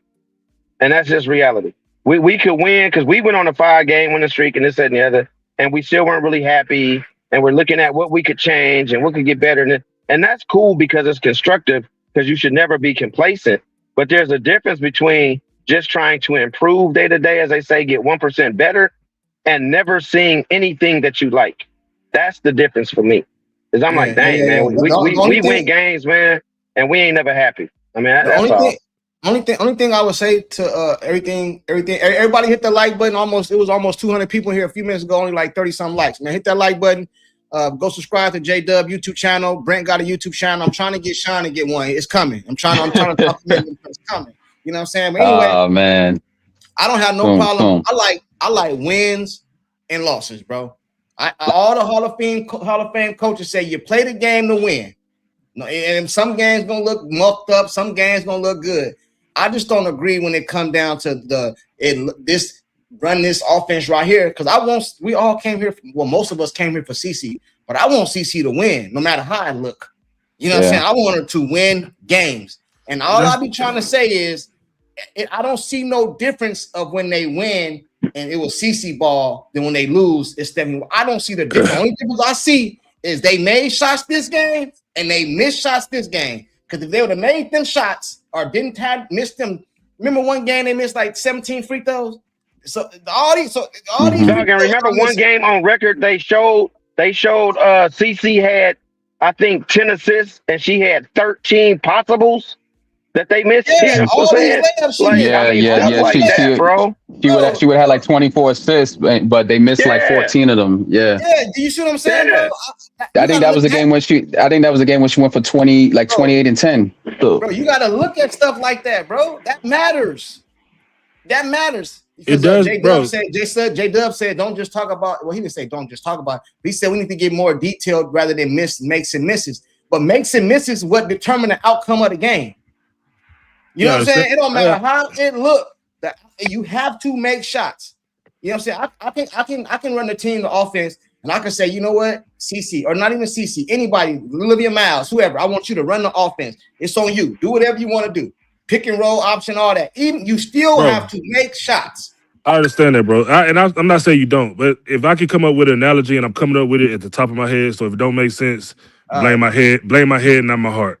But it's like it's like you got a beat up car, bro. It's like you got a beat up car, and this car barely gets you to work. It barely gets you to work. You have to stop about 3 or 4 times. You have to pull over, let it cool down, but it gets you to work. That does not mean when you get back home and when you get some money in your pocket, you don't invest in that car so it can run to the best of its ability. So that's how I would say that's how I would say the Indiana Fever. Yeah, even though we getting wins, that's cool, but that doesn't mean we can't tune up the car, buy new engines, buy new tires. What you're trying to say is, I got you. Let me help you out. So basically, what you're trying to say is the Indiana Fever is putting their way to the playoffs. No, I'm not saying that, but I think you got to keep on messing with the car. So but into the playoffs. I think, like I said, man, I think that there's a better way. If one that you're not wrong when it comes to defense, but in my opinion, you know, this team's not set up to be a good defensive team, and that don't mean you can't work on it. That's why I think Stephanie White, I will give her credit for implementing the zone a little bit more. Right? I don't know if she's holding off on her defensive special abilities to the playoffs, but you know, hopefully we'll see something. Because you got to protect your players. You don't got a good defensive team. You just don't. Your best defender on the team is not getting minutes in Raven Johnson. And I've been on the record saying I think Raven Johnson should play on Ty Harris.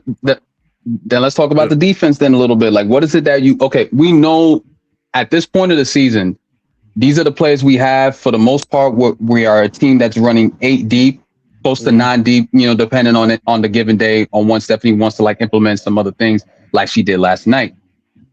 What do you want to see from the defense?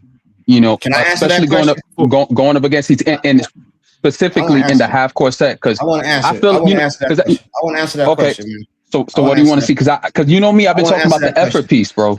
I want to answer that question. Okay, what do you want to see? It might not be the right answer, but this is my answer, bro. Get whatever, bro. It's got to, as long as it's something, bro. At some point in time, bro. The one abundant went to the links. Yeah, what? I don't know.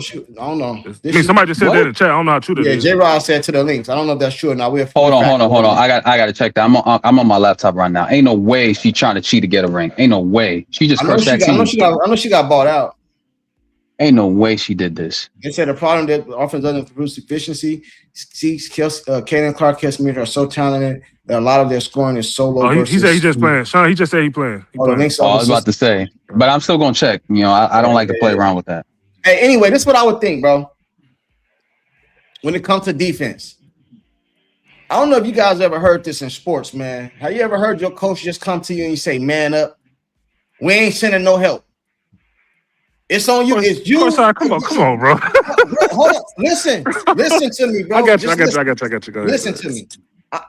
Sometimes, bro, I'd rather you just take this man all day than we keep sending all these doubles and they get wide open threes all game long. Somebody open. Why is that? Because we helping.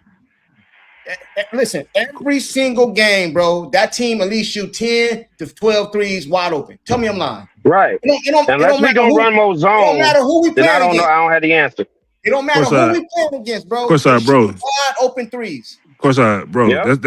That's called talent, bro. No, that's called switching and getting out of place. That's because it's called talent, bro. That's why you got defense, bro. You cannot. Oh my goodness, bro. We ain't helping, bro. That's not realistic, bro. You have talent. It's called talent. You think so? How many? So imagine opponents telling players that's guarding CC, "Hey, man up. You going to get one of the best point guards in WNBA history. You just got to. We ain't helping, bro. It's not realistic, bro. I'd rather either way we getting beat. Would I rather get a contender shot or open shot? That's where defense. That's where this team is not good at rotations. That's my point. That's my point. But that's why you gotta get better at it, though, bro. You can't just tell players. Courtside, bro. Imagine telling a cornerback, "Hey, you got Jay Rice, man up." You know, come on, no, it's talent, bro. You got people that are better than individuals. It is what it is, bro. Like imagine what's the answer then? Because if you're saying talent is talent, that means we got like they hitting open shots all day long. All right, J-Dubb. So to answer my question, J-Dubb. Here you go, better than Stephanie White again, bro. What do we need to do? What do we need to do? Knowing what we have, we only running 8 deep, bro. Like you defensively, we have to get smarter. This team is horrible at rotations. They do not see what's you know what makes Draymond Green such a I agree. Like there were a couple plays where CeCe didn't pay attention to the backside help. Like her back was like turned away and she didn't pay attention baseline when Courtney was there. And I was like, you got to pay attention to that. That's an intellect thing. You got to know where you are in the court at all times, especially when they're running. And I hate when CeCe does that. But the whole team, she do that. She do that all the time too. The whole team is just not smart defensively. They rotations are horrible. You know what makes Draymond Green such a? So what is the answer? The answer is to get better. Like you just can't tell players. Okay, but your take is just as bad as you said Courtside's was, because that's like saying man up. You telling somebody to get smarter. What's the likelihood of that? Bro, which is more realistic? If they ain't got the talent or they ain't got the intelligence, that neither one of those is being changed. I never said they didn't have the intelligence. I never said that. I can tell you which one is easier. You get smarter. I can tell you which one is easier to implement with only a few games left. This your man. That's your man. That's your man. Come on, bro. I hear your point with that. Why is it remember? So if you was the coach, why is that a thing? You just man up, bro. Why? Bro, because I'm making it sound like that. So you think it's that easy for somebody to just tell somebody guarding Ace Wilson, hey, just man up. You got to get her. She probably get cooked, but that's one player rather than all the rest of them shooting threes, bro. That's one player, bro. So if you was the coach, that would be your answer. Hey, bro, instead of practicing defense. With this team, with the amount of time we got left, I'm either going in the zone, bro, or I'm just gonna tell my players, look, okay, that's cool. The zone is cool. We got to man up, bro. We gonna have to man up. I'm not sending no help. Well, I mean, I said that earlier. If we ain't going to zone, then there ain't nothing to really say, bro. Like real talk. I mean, you gotta J-Dubb, remember. You got to understand, bro. The man system, yes, because this is what Courtside is saying is this. Okay, every team usually has a weak link. Okay, that's just reality. Every team usually has a weak link. But when you playing teams that surround people with 40% 3-point shooters, there isn't one. So you got to stay on everybody, bro, and at least run them off the three to where they at least getting wide open mid range. But to just be giving up 3 after 3 after 3 after 3 after 3, it don't make sense, bro. It don't make sense. Okay. That two games from a defensive standpoint, 3 games I felt like from a three defensive standpoint we failed. The first Liberty game that we played, you know, when we let that full court press get to us, the game that we had against Minnesota, because I felt like whenever they would run on the fast break, you know, to Brent's point, McBride was already set up for a 3 on the corner every time because we would always, we would bum rush like 5 players, and it was always one player in the back. I'm like, yo, we can't do that. And then this game recently, we had against somebody, we were just giving up 3s left and right. I'm like, yo, bro, like, why is it at every possession? Why are we getting no stops? Why is it no one like, putting a stop to? Why couldn't Stephanie like make an adjustment, call a time? I'm like, because I'm like, I know she's seeing what we're seeing. You're seeing it in live time. Hey, like you guys mentioned. Hey, Sean, I mean, look at the game against Atlanta, the last possession when CeCe held Gray. It was man up. It was no help. It was no that was help. tough. That was tough from her. I got to give her credit for that. What happened? And another example, like, Jada, remember in the finals? What was it like? Bro, remember the finals when Kawhi it's no game in the history where you don't need help, bro. Okay, I understand that. What I'm trying to tell you is, I watch my TV broke, bro. I don't know why I have to keep telling y'all that my TV is broke, bro. Because every single game, I see open 3-pointers from the opposing team all game long, bro. We'll make a run. We'll make a 5, 6, 7 point run. What they do? Back-to-back 2. They hit 3 straight threes. 3-point trees, bro. Why? No, but it's not only the fact that they get 3 straight threes, it's the fact that they run the same play. See, we think we trapping and all this. Dog, they just setting us up. They go to the same place, think we got a trap going, and they throw it right back over to their bench to a wide open 3. Every time. At some point, you got to switch that up, dog. The only thing I feel like we got better at, bro, like from a defensive standpoint, even though it still happens on occasion, is like they're not leaving CeCe on the ISO anymore. That was a big contentious thing that we had early in the season. Like Carlette over there for Portland was like getting her on the ISO. Isaiah James getting her on the ISO. And I was like, yo, bro, like, where's the help side defense? I'm like, are we that not?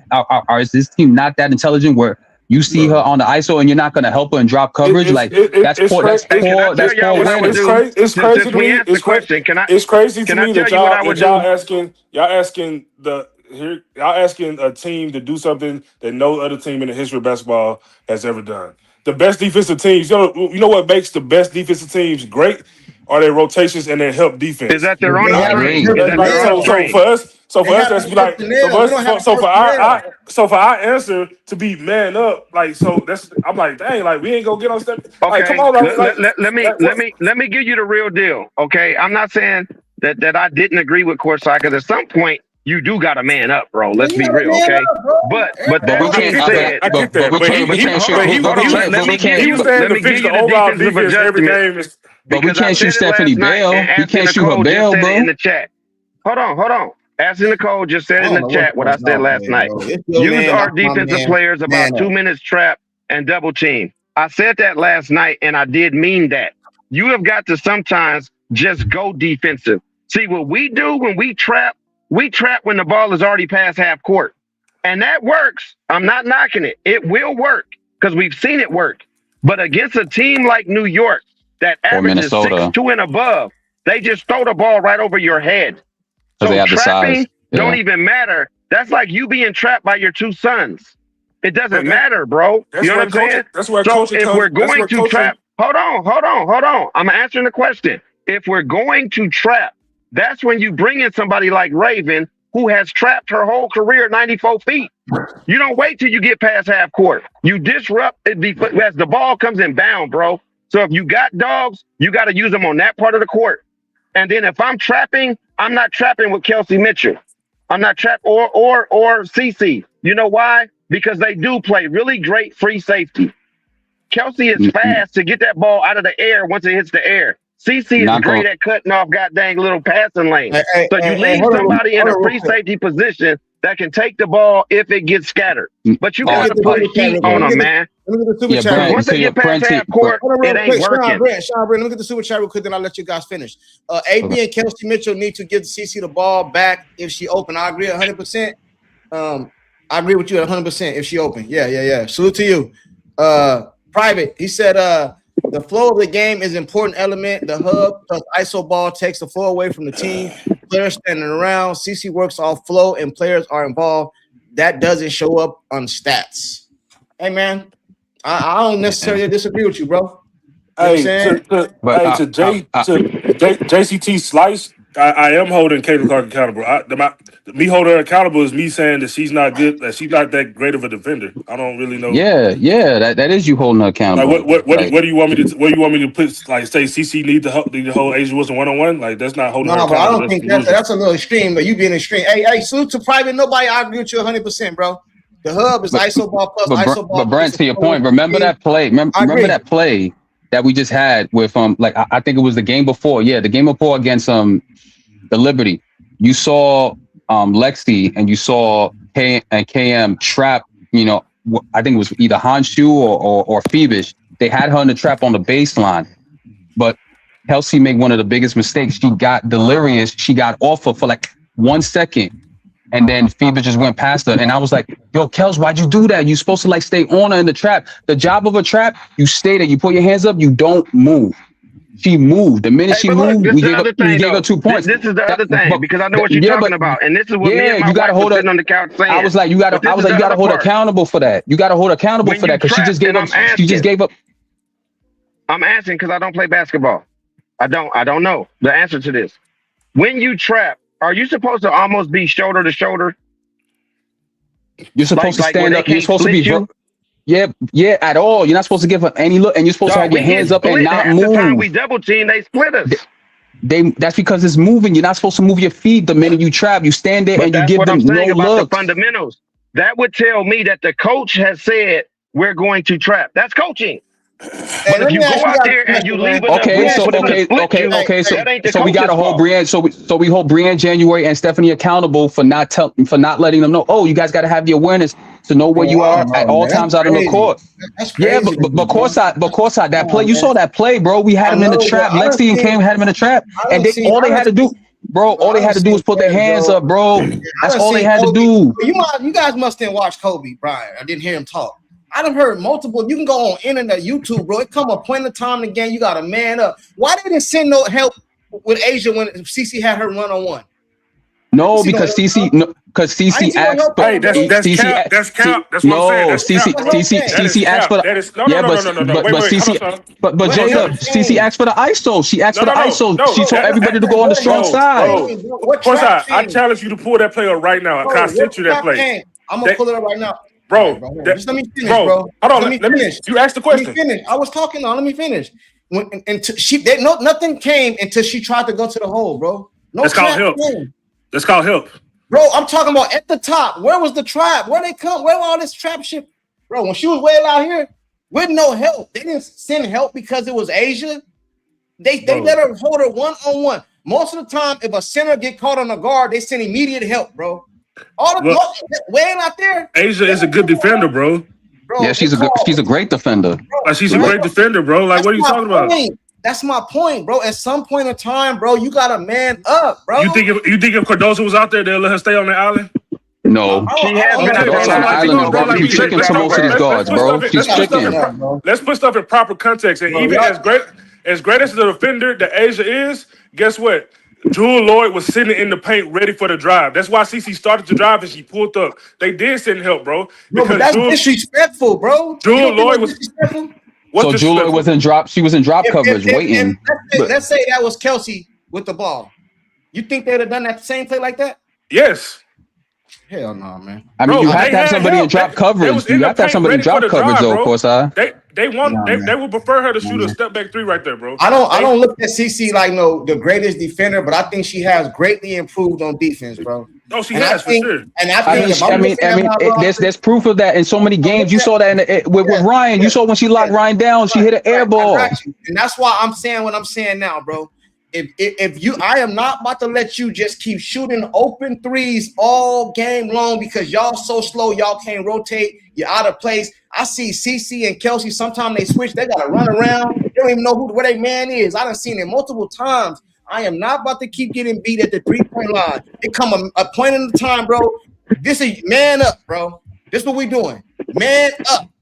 That's your man. That's your man. I ain't saying put CC on the best guard. I'm talking about you can still mismatch the Jada, I was gonna ask you. Remember in the finals the year before when Kawhi went up against LeBron, he wasn't like ready like that. What happened the next year, bro? Like when he took that assignment down.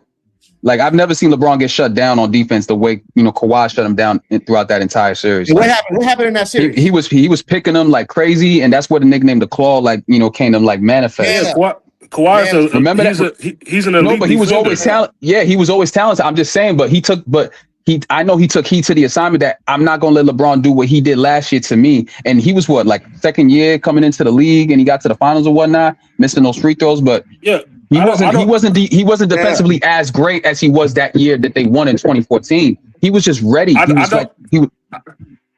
don't disagree with the man up. I'm talking to Courtside. I don't disagree with the man up point. If we talk about at certain points of the game, we talk about the whole game just playing man, like no help. Then that's crazy. I agree. You got to have some intelligence, with coaching. That to me is pivotal from a defensive standpoint. And your players have to be disciplined enough to know where they have to be at all times. But I do agree to an extent with what Courtside is saying. Like in the heat of the game, when it matters most, you have to apply what within those sets that you've been taught, and say, okay, I got this, but there has to be a pecking order within that too. Didn't the Valkyries set a record on us, small threes? Was it the first game? What game was it, bro? When we played the Valkyries, they just hit open three after open three after open three. Because we tried. I don't know why. They wasn't doing no help. That's when they was ICC. That's when the narrative about CC, they wasn't helping at all. So I don't know where they wasn't rotating. They were switching everything. That was a game where they literally. That was the game when Veronica Burton was ISOing CC like crazy, and she had like 5 fouls. And then that got carried over to the Carlolete game. That was when the narrative was starting. J-Dubb's right. It started in that game, and then it carried over. Imagine Steve Kerr telling Steph Curry to man up the whole game. Draymond don't help. Like, I'm not saying that like that, bro. You making it extreme, bro. That's how you said it, bro. I'm saying like this. It's not that many games left for us to change our whole defense around, because I don't think the problem is offense, which everybody want to make it sound. Everybody want the offense, CC the ball, this and that.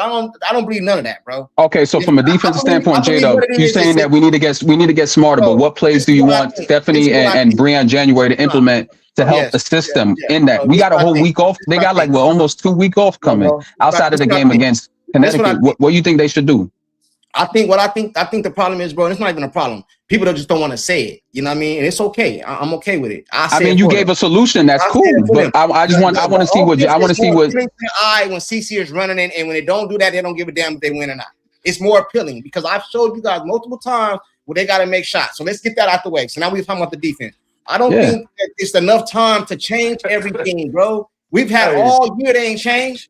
Why ain't changed all year? It ain't nothing got better. I think it has gotten better, but I don't think we're gonna be a good defensive team no matter what you do. We don't have but we have to. But remember, there has to be some sort of effort though, Courtside. That's all I'm asking. That's what I'm saying. That's what I'm saying. You don't want what happened. You don't want what happened. You don't want what happened in the New York game where they just bombing threes and we're sending like 4 or 5 defenders early.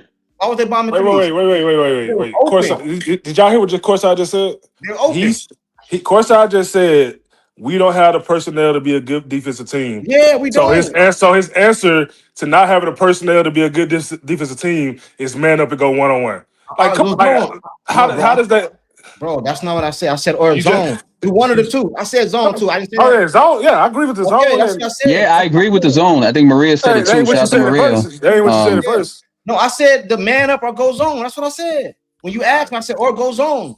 Okay, I hear that. So J-Dubb, you don't think we should ever do like a 2-3 or 3-2? Yes, like, what bro. zone do you prefer? I think we should do everything in the books, bro. Like that, we gotta just try because like Courtside just said, bro. And I agree. For one, I agree. There's certain points in the game. Say 5 seconds left, 10 seconds left. We up 2 points. I agree. Hey, 1 possession left. Y'all need to man up and give it all y'all got. I agree with that. Yeah, I agree. But for the majority of the game, instead of allowing your non-defensive players just get torched, I think you implement a little zone, man zone, which I they have been doing, sense. And it has been working. It was one game. It was one game where they was out of. Was it the Liberty game? It was one game where they implement the zone and that got them back into the game. I can't remember what game. It was recent. I think it was the game where we won. Where we were in. That has to be the game where we won, and we were at in Cambridge over there in Indiana. I think I know what game you're talking about. Where Kelsey went off in that fourth quarter.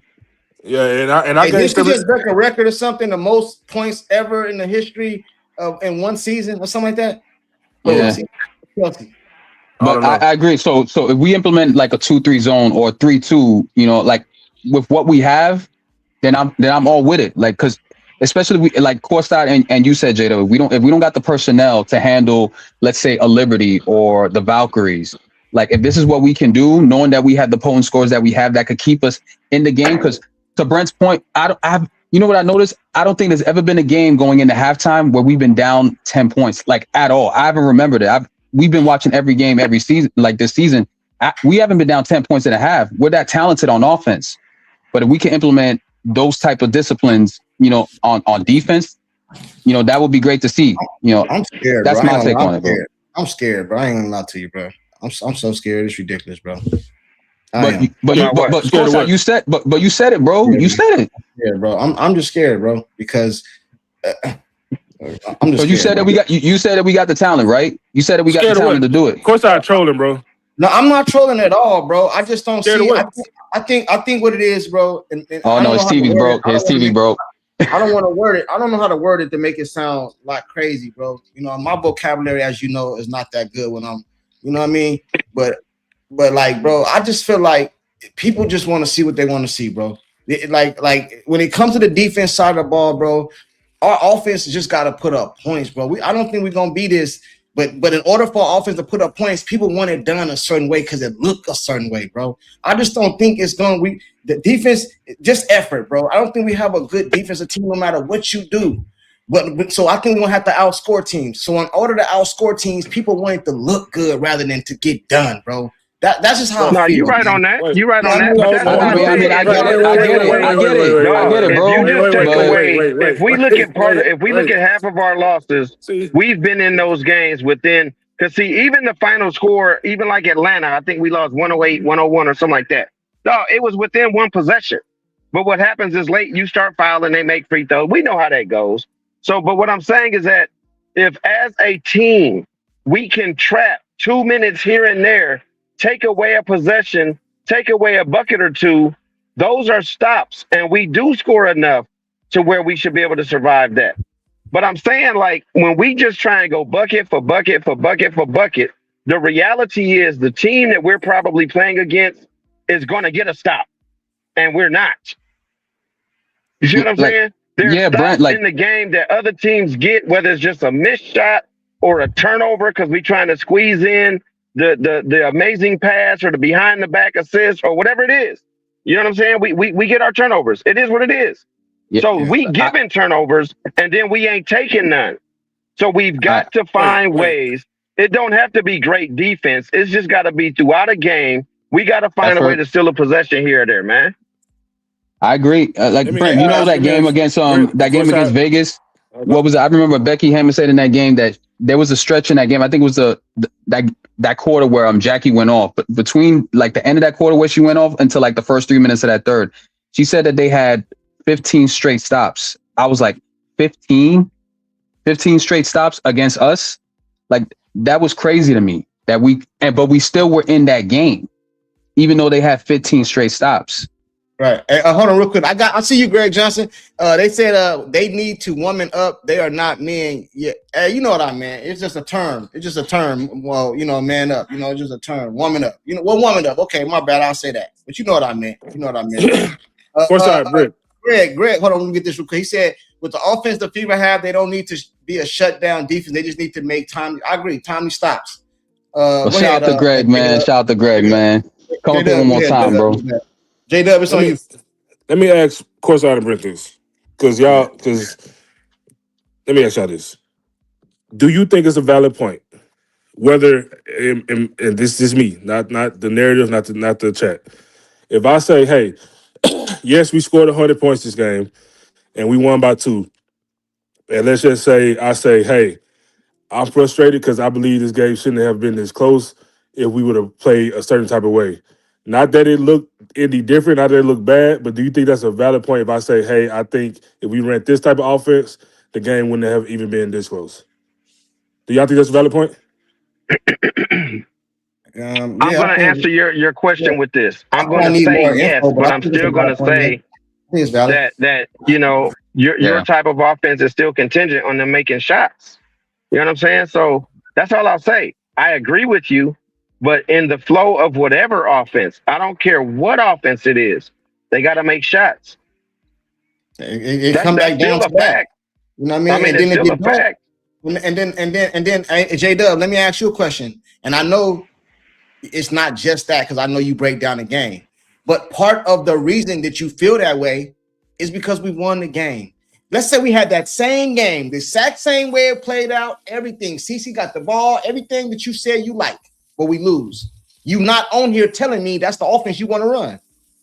I am. I did it before on my video. We lost the game, and I was happy with the offense, and we won the game. And I was like, I don't. Yesterday, you would have been happy with the loss as long as they play like No, that. I wouldn't have been happy with the loss. I would have looked at some more of a reason, whatever why we lost. But I would have been happy with the offense. Okay. Like I'd be like, hey, this is the offense I would like to run. But I would have been like, yeah, but whatever. We need to do this, that, and the third better. Whatever the case may have been. All right, that's fair. That's Okay, fair. Course, that's what you want to talk about next, bro. You guys tell me. Chat, where you guys want us to go? I think me and Sean BTA. What y'all think? What you think, Courtside? Here you go with this. Man, BTA, here we go again. We having a fun time, man. First of all, Sean not gonna pick a side. So I'm picking a side. J-Dubb, y'all all my guys though. Y'all all my guys. So I don't play that. Hey, look, see, I wasn't even gonna say that, but y'all look in the group chat. Y'all look in the group chat, and you tell me if you BTA.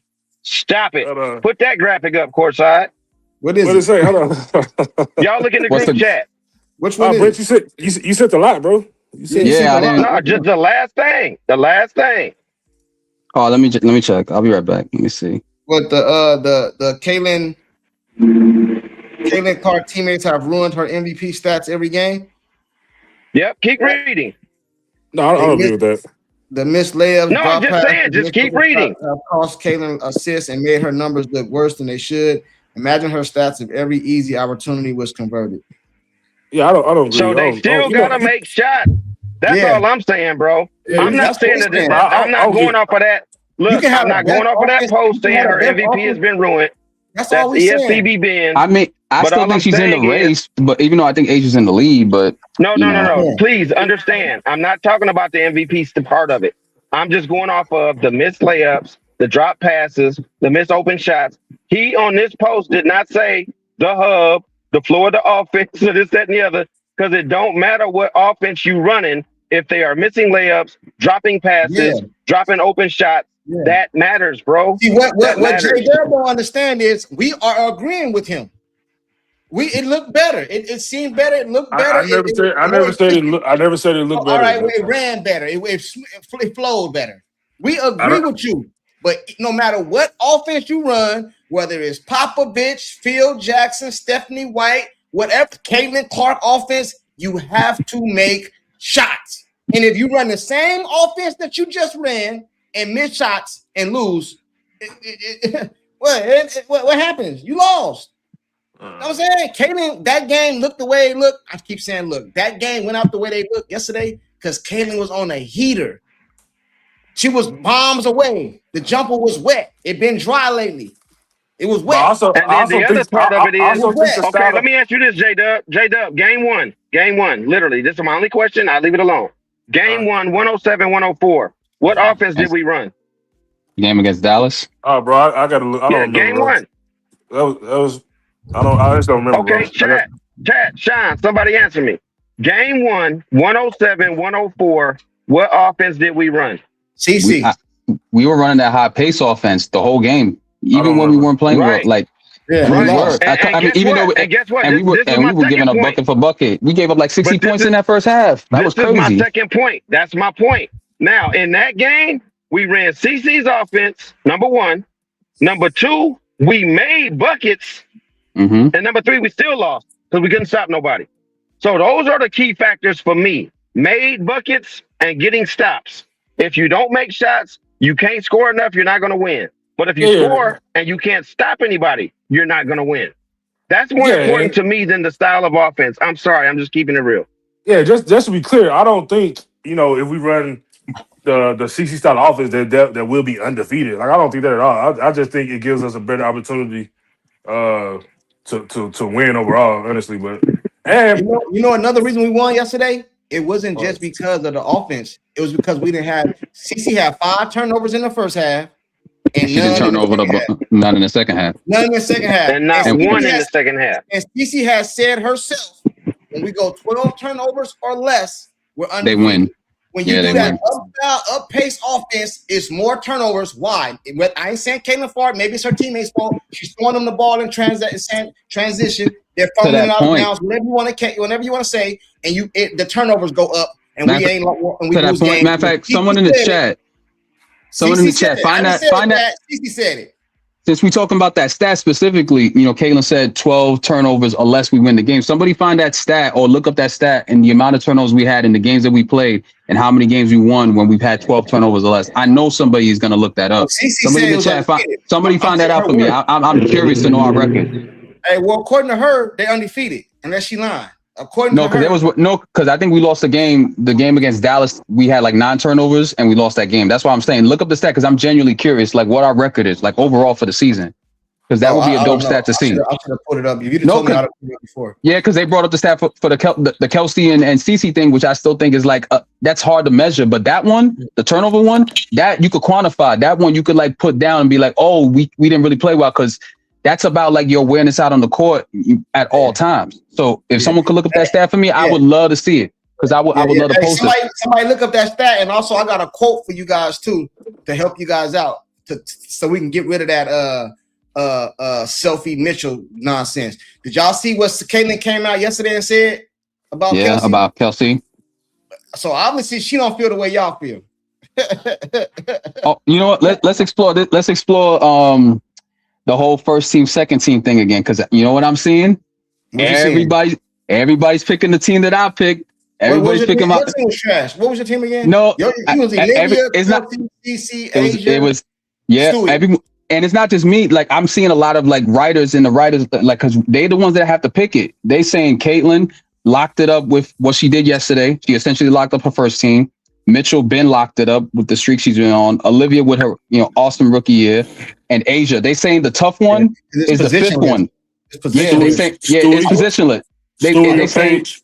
They saying it's either gonna be Stewie, it's gonna be Paige, it's gonna be Angel Reese, or it's gonna be like possibly Jessica Shepard. Those are the 4 that they chose for the 5th spot, being that it's positionless.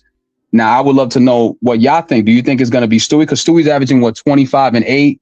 Caitlin's averaging 16 and 13 rebounds. Paige is 20 and 5. Stewie can't be that high because Kelsey is number 2 in the league at 24 points something.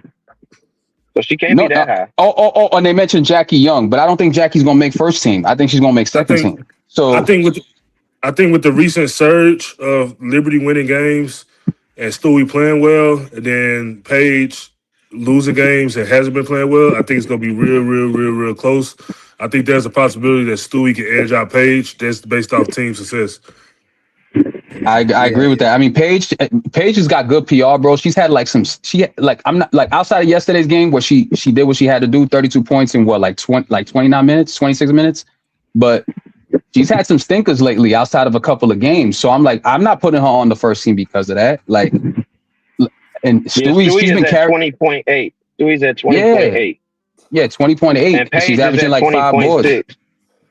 So I feel like Stewie's had the better season, and she's had and her team's been behind the 8 ball with injuries. They didn't have Phoebish. There were points where they didn't have Sabrina Ionescu, and she's been having to carry. So I would put her in that 5th spot for the first team, along with Caitlin, Kelsey, Miles, and Asia. And then in my second team, it's gonna be Paige. It's gonna be Jackie. I got Aaliyah Boston. I got Angel. And it's tough. It's either between, and the 5th spot is hard. I know Jeff gonna hurt me. I was gonna put Shakira Austin, but I feel like Jessica Shepard's having a great season too. Shakira, if there was like a 3rd team, I would put her on there, but I got Jessica Shepard on my 5th team because she's been performing well. So I feel like I gotta give it to her. Durham solo. Jackie Young only making 2nd team needs to be investigated. She had a tough start to the season, but that's not her fault though. Like we can't just ignore those games where she didn't show up. It was hard because she was going through some real life stuff. So. But she's been on the heater lately. So, hey, we did a prediction for the next 10 games. I think we all failed already, right? Not really. No. We all said 9-2, and that's it. We're good. Yeah. We're on the right that track. means we got to win the rest. If we lose again, then my 9-2 is out the window. You don't think we're gonna beat the Sun on Friday? Come on, man.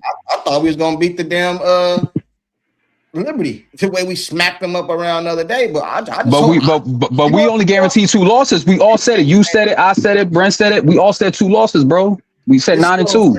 Sean, let me tell you what I put in my prayers at night, bro. I want to play CC ball the rest of the season. I do. I want to play CC ball. I want the ball in her hands and let her do whatever she want to do, bro.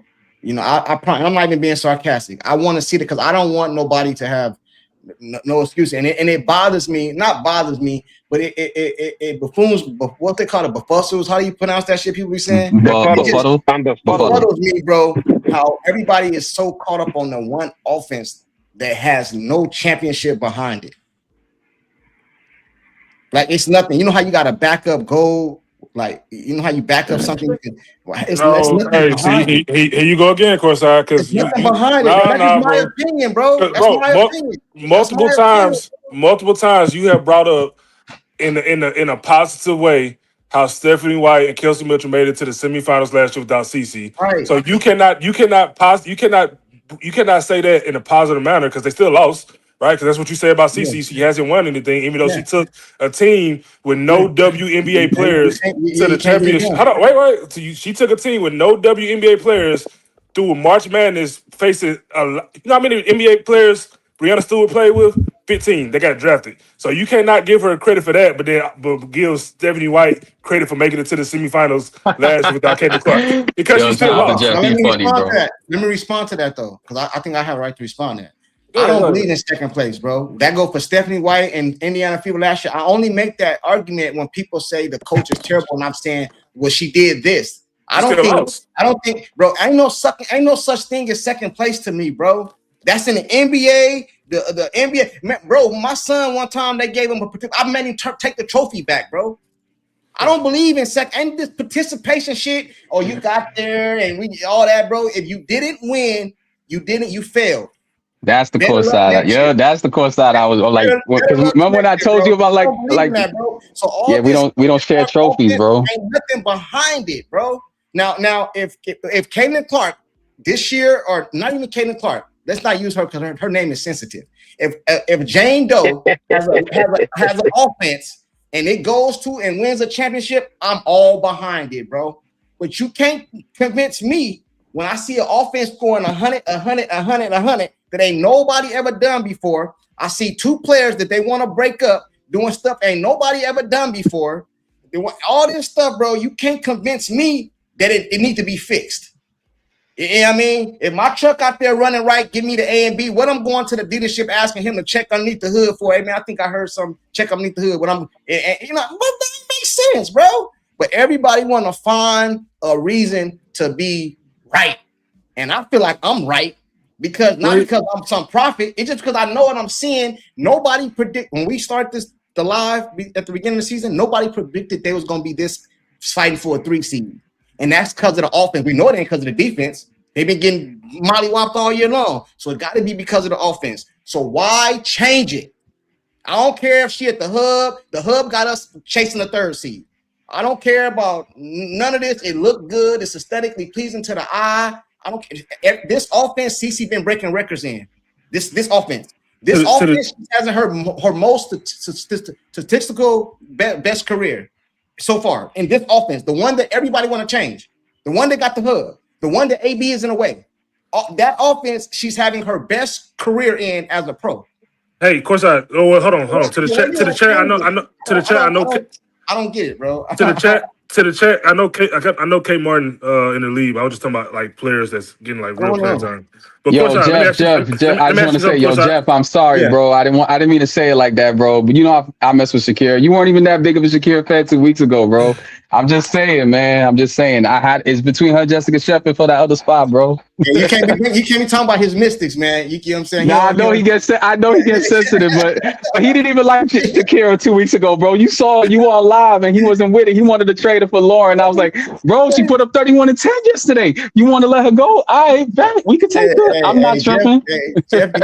Jeff don't like nobody talking about his mystics, man. Hey, salute to Jeff though, man. You know what I'm saying?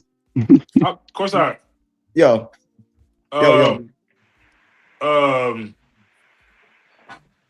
You should because you bring this up a lot, and you're not necessarily wrong. But when people you say she averaging the most you said she having her best career. What you say again? A bit. Statistical season of her career. This is her best career statistically. What do people always go back to as far as like what they say they want Caitlin Clark to play like? You remember? So her rookie year, second half of the year. You can't do that, J-Dubb. You said don't go off what people say. We talking about what we say, right? Well, right. But that's what you was just So I'm talking about me. I said me. I said I don't believe in that.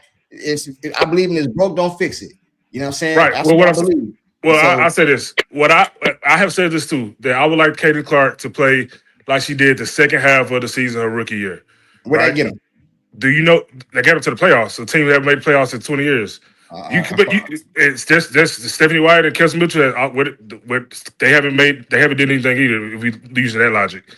But Caitlin Clark, I agree 100%. I got something to say to that when you're done. Go ahead, J-Dubb. All right, but Caitlin Clark, what a lot of people say they want her to go back to the second half of her rookie year, averaged 23 points and 9 assists.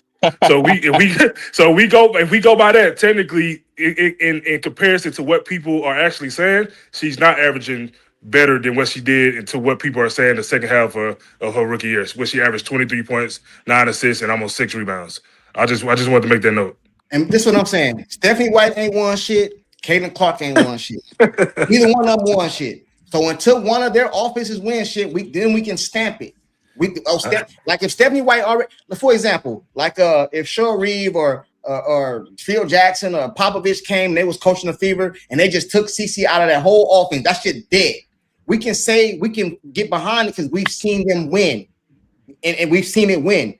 Neither one of these systems has won. So I don't understand how people are so far behind it. And I only can go to is aesthetically pleasing to the eye, bro. No, bro, because it's people. No, but I don't care. I don't say aesthetically. It's what I believe, bro. People actually believe that if Caitlin Clark is people outside the extremists, like people believe that. People believe, hey, if we play this way, it gives us a better opportunity to win championships. And that's fair. Just like if you believe the opposite, I mean that's fair. You know, I agree, but I don't have no proof behind it. I agree with you, bro. Nobody has proof. I believe we have a better chance of being successful if CC runs the show. I believe that, but right now it's wishful thinking because I haven't seen it. The pushback that I had on your statement about Kelsey and Coach White haven't won anything. You're right, but the only caveat that I have to that, and I stand behind this statement, is that if Kelsey's body didn't lock up, they would have won that game. I stand behind that. Because again, she was getting buckets. You know what I'm saying? So to compare what she wasn't able to do when her body gave out on her, that's like saying if CC lost in the championship game to LSU, but she had got hurt in the fourth quarter or whatever, then we could look back and say, and the game was within points. Now they got blew out, so that's not a good example. But I'm saying if the game was within reach, and she went out, then you could easily say, well, had she stayed in, they probably would have won. You see what I'm saying? So I really believe if Kelsey body didn't lock up in that game, they would have beat the Aces. That's like people saying, if CC did get poked in the eye her rookie year, they would have beat Connecticut. Like it's I get it, but it's like that's okay. Cool. Wait. Oh, hold on, y'all. Someone's asking me a question. Yo, serious in the chat. The stat that I'm asking is, look up the stat in regards to how many wins do the Fever have when they have 12 turnovers or less? What's their record with 12 turnovers or less? If you can find that stat for me, either through ChatGPT or Sharon to give you $100. You know what I'm saying? Look that up for me, please. You look it up. Nah, Courtside got me. He said he gonna pass that 100 to you. You find that. So do that. It's on him. The tab's on Courtside. You feel me? For love for you, White won a chip with the Fever in 2020 as assistant coach. I appreciate you, sirs. Got you. 2012, my bad, as assistant coach. White won a chip with the Fever in 2012 as assistant coach. Caitlin won like 2 Big Ten championships. That ain't no championship. Big Ten championship? Like it's called Big Ten championship. Eastern Conference. They said NBA. They said WNBA. I'm just letting you know she won. They say she ain't winning anything. She got a couple championships on her. Damn, Courtside. So I mean, damn, Brent. So if that's the case, then if that's the case, if the Big Ten ain't really popping like that, then can we say the same thing? I mean, it ain't really like that in the SEC, but am I allowed to say that too? No, it was the same thing about Kelsey Mitchell.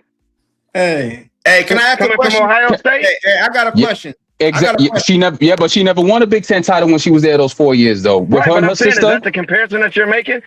No, I'm just saying. You just said that it wasn't nothing over there. I'm like, whoa, it ain't like the Big Ten title ain't nothing. So I don't degrade the SEC. I didn't say it ain't nothing. I don't degrade the SEC. You know how popping the SEC is. No. What I said was it's the equivalent of someone saying they won an Eastern Conference title. When we talk titles, we talking about the whole shebang, dog. Oh, okay, I got you. Who got an Eastern Conference? There's no such thing as no Eastern Conference title. What is that? My point. But in the NBA they do, and nobody says, well, Charles Barkley won Eastern Conference Finals. Well, AI won Eastern Conference. Nobody says that. Nobody says that. We're not gonna do that. It was Western. Charles Barkley won the West with the Suns. But I'm saying, okay, was that with the Suns? So he didn't win that when he was in Philly. But that's not a championship. They actually have a Big Ten championship game. I don't even think they won anything when he was in Philly. They actually have a Big Ten. They actually have a Big Ten championship game though. It's with the Suns. Hey, dog, check it out. Check it out, J-Dubb. We're not gonna do that. Bro, what do they say about her, bro? When is the last time you have ever heard UConn say we won the Big East? Stop it. Ain't nobody care about their Big East title. They playing that weak ass conference. I'm just saying, stop it, bro. I know, but stop it, man. Nobody cares about that Big East, man. Like every team left except for Georgetown. Nobody cares about no Big East. Brent, you're not wrong, but I'm just You're not wrong. I'm just saying I don't care about no Big East. I just want to be abundantly clear. I don't care about the Big East. I don't care about Geno taking the easy way out. I'm cool, bro. When we done lost these championships, when have you heard me say, but we won the SEC? Man, that ain't gonna never come out my mouth, dog. That ain't gonna never come out my mouth. If you back me up into a corner, I'll bring up a Little League championship. It's flight. What is it? Flight or fight? Flight or fight, bro. He said, Brent, you're wrong. Big Ten title is a valid championship. Yeah, Brent. That's what David Watson said. Y'all tripping. Nah, because I'm telling you, bro, people take that sensitive about the Big Ten. Like it's a big thing out here. Like people sensitive about the SEC, people sensitive about the Big Ten because it's a college thing too. It's college football too. People take that serious. In the NBA, even in the NFL, because I know this for a fact because my Dallas Cowboys. That's if it was men's basketball, not women. NFC East championship. They got a lot of NFC East championship. They got banners up there, all that. Even in the NBA, you get Eastern Conference champ, the banners and all that, bro. You get they got the new award now. What's it called? The new award? It's called participation. No, I know. Yeah. The Eastern Conference Championship. They got an award for it now. Yeah, the MVP of the East Conference Championship. Yeah, so they got an award. That ain't I'm in the city, man. Like the Yankees, what the Yankees do? Hold on, if we doing that, hold on. If we doing that, then Stephanie White got a championship. The commissioner's cup. Nah, she right get nothing. We ain't doing that. Game over. Game over. Bro, I'm out here in the city, bro. Like in New York. Corner, dog. Look, bro. The Yankees out here in the city. We don't do that out here. Like you know what we do when they win the American League East? They just do like the little flags out on the team, bro. He back. Hey, that wasn't my fault. He did it. He did it. I don't like this game no more. He ready to take his ball and go home. See? Hey, chat. They got 200 people in here, man. Only 30 likes, but that's disrespectful. Y'all treat me like Stephanie White, man. Yeah, hit the like button. Damn, they couldn't get us 100. They could get you to 100, man. There's too many people in here not to hit that button. They allergic to the button, bro. Hey, because they don't like me saying that. Hey, they don't. He said the Fever are 6-4. Okay. You can't do that. You can't do that. Hey, the Fever. The Fever are. Pull it up. Courtside, somebody had the record for our turnovers. Who is it? But that can't be true. We played more than that, right? What name? I forgot his name. He just added me. I don't I can't see. It says the Fever are 6-4 when committed less than 12 turnovers. That's This it. Only year? 10 That's what I games. put. That was Nighthawk. That's a short sample size. We played like almost 30 already. Yeah, that But can't be. he said, I guess he said we only had less turnovers 10 games, and that's our record. Yeah. Only 10 games. That's a short sample size though. Hey, That's they said crazy. 13-9. Hey, there you go. J-Dubb, There you go. So with what? 13-9, with okay, that makes more sense. That's more games. So Hey, Yo, they said Shane. He said, "Court, I'll press the like button if you admit you have a Stephanie White logo shirt."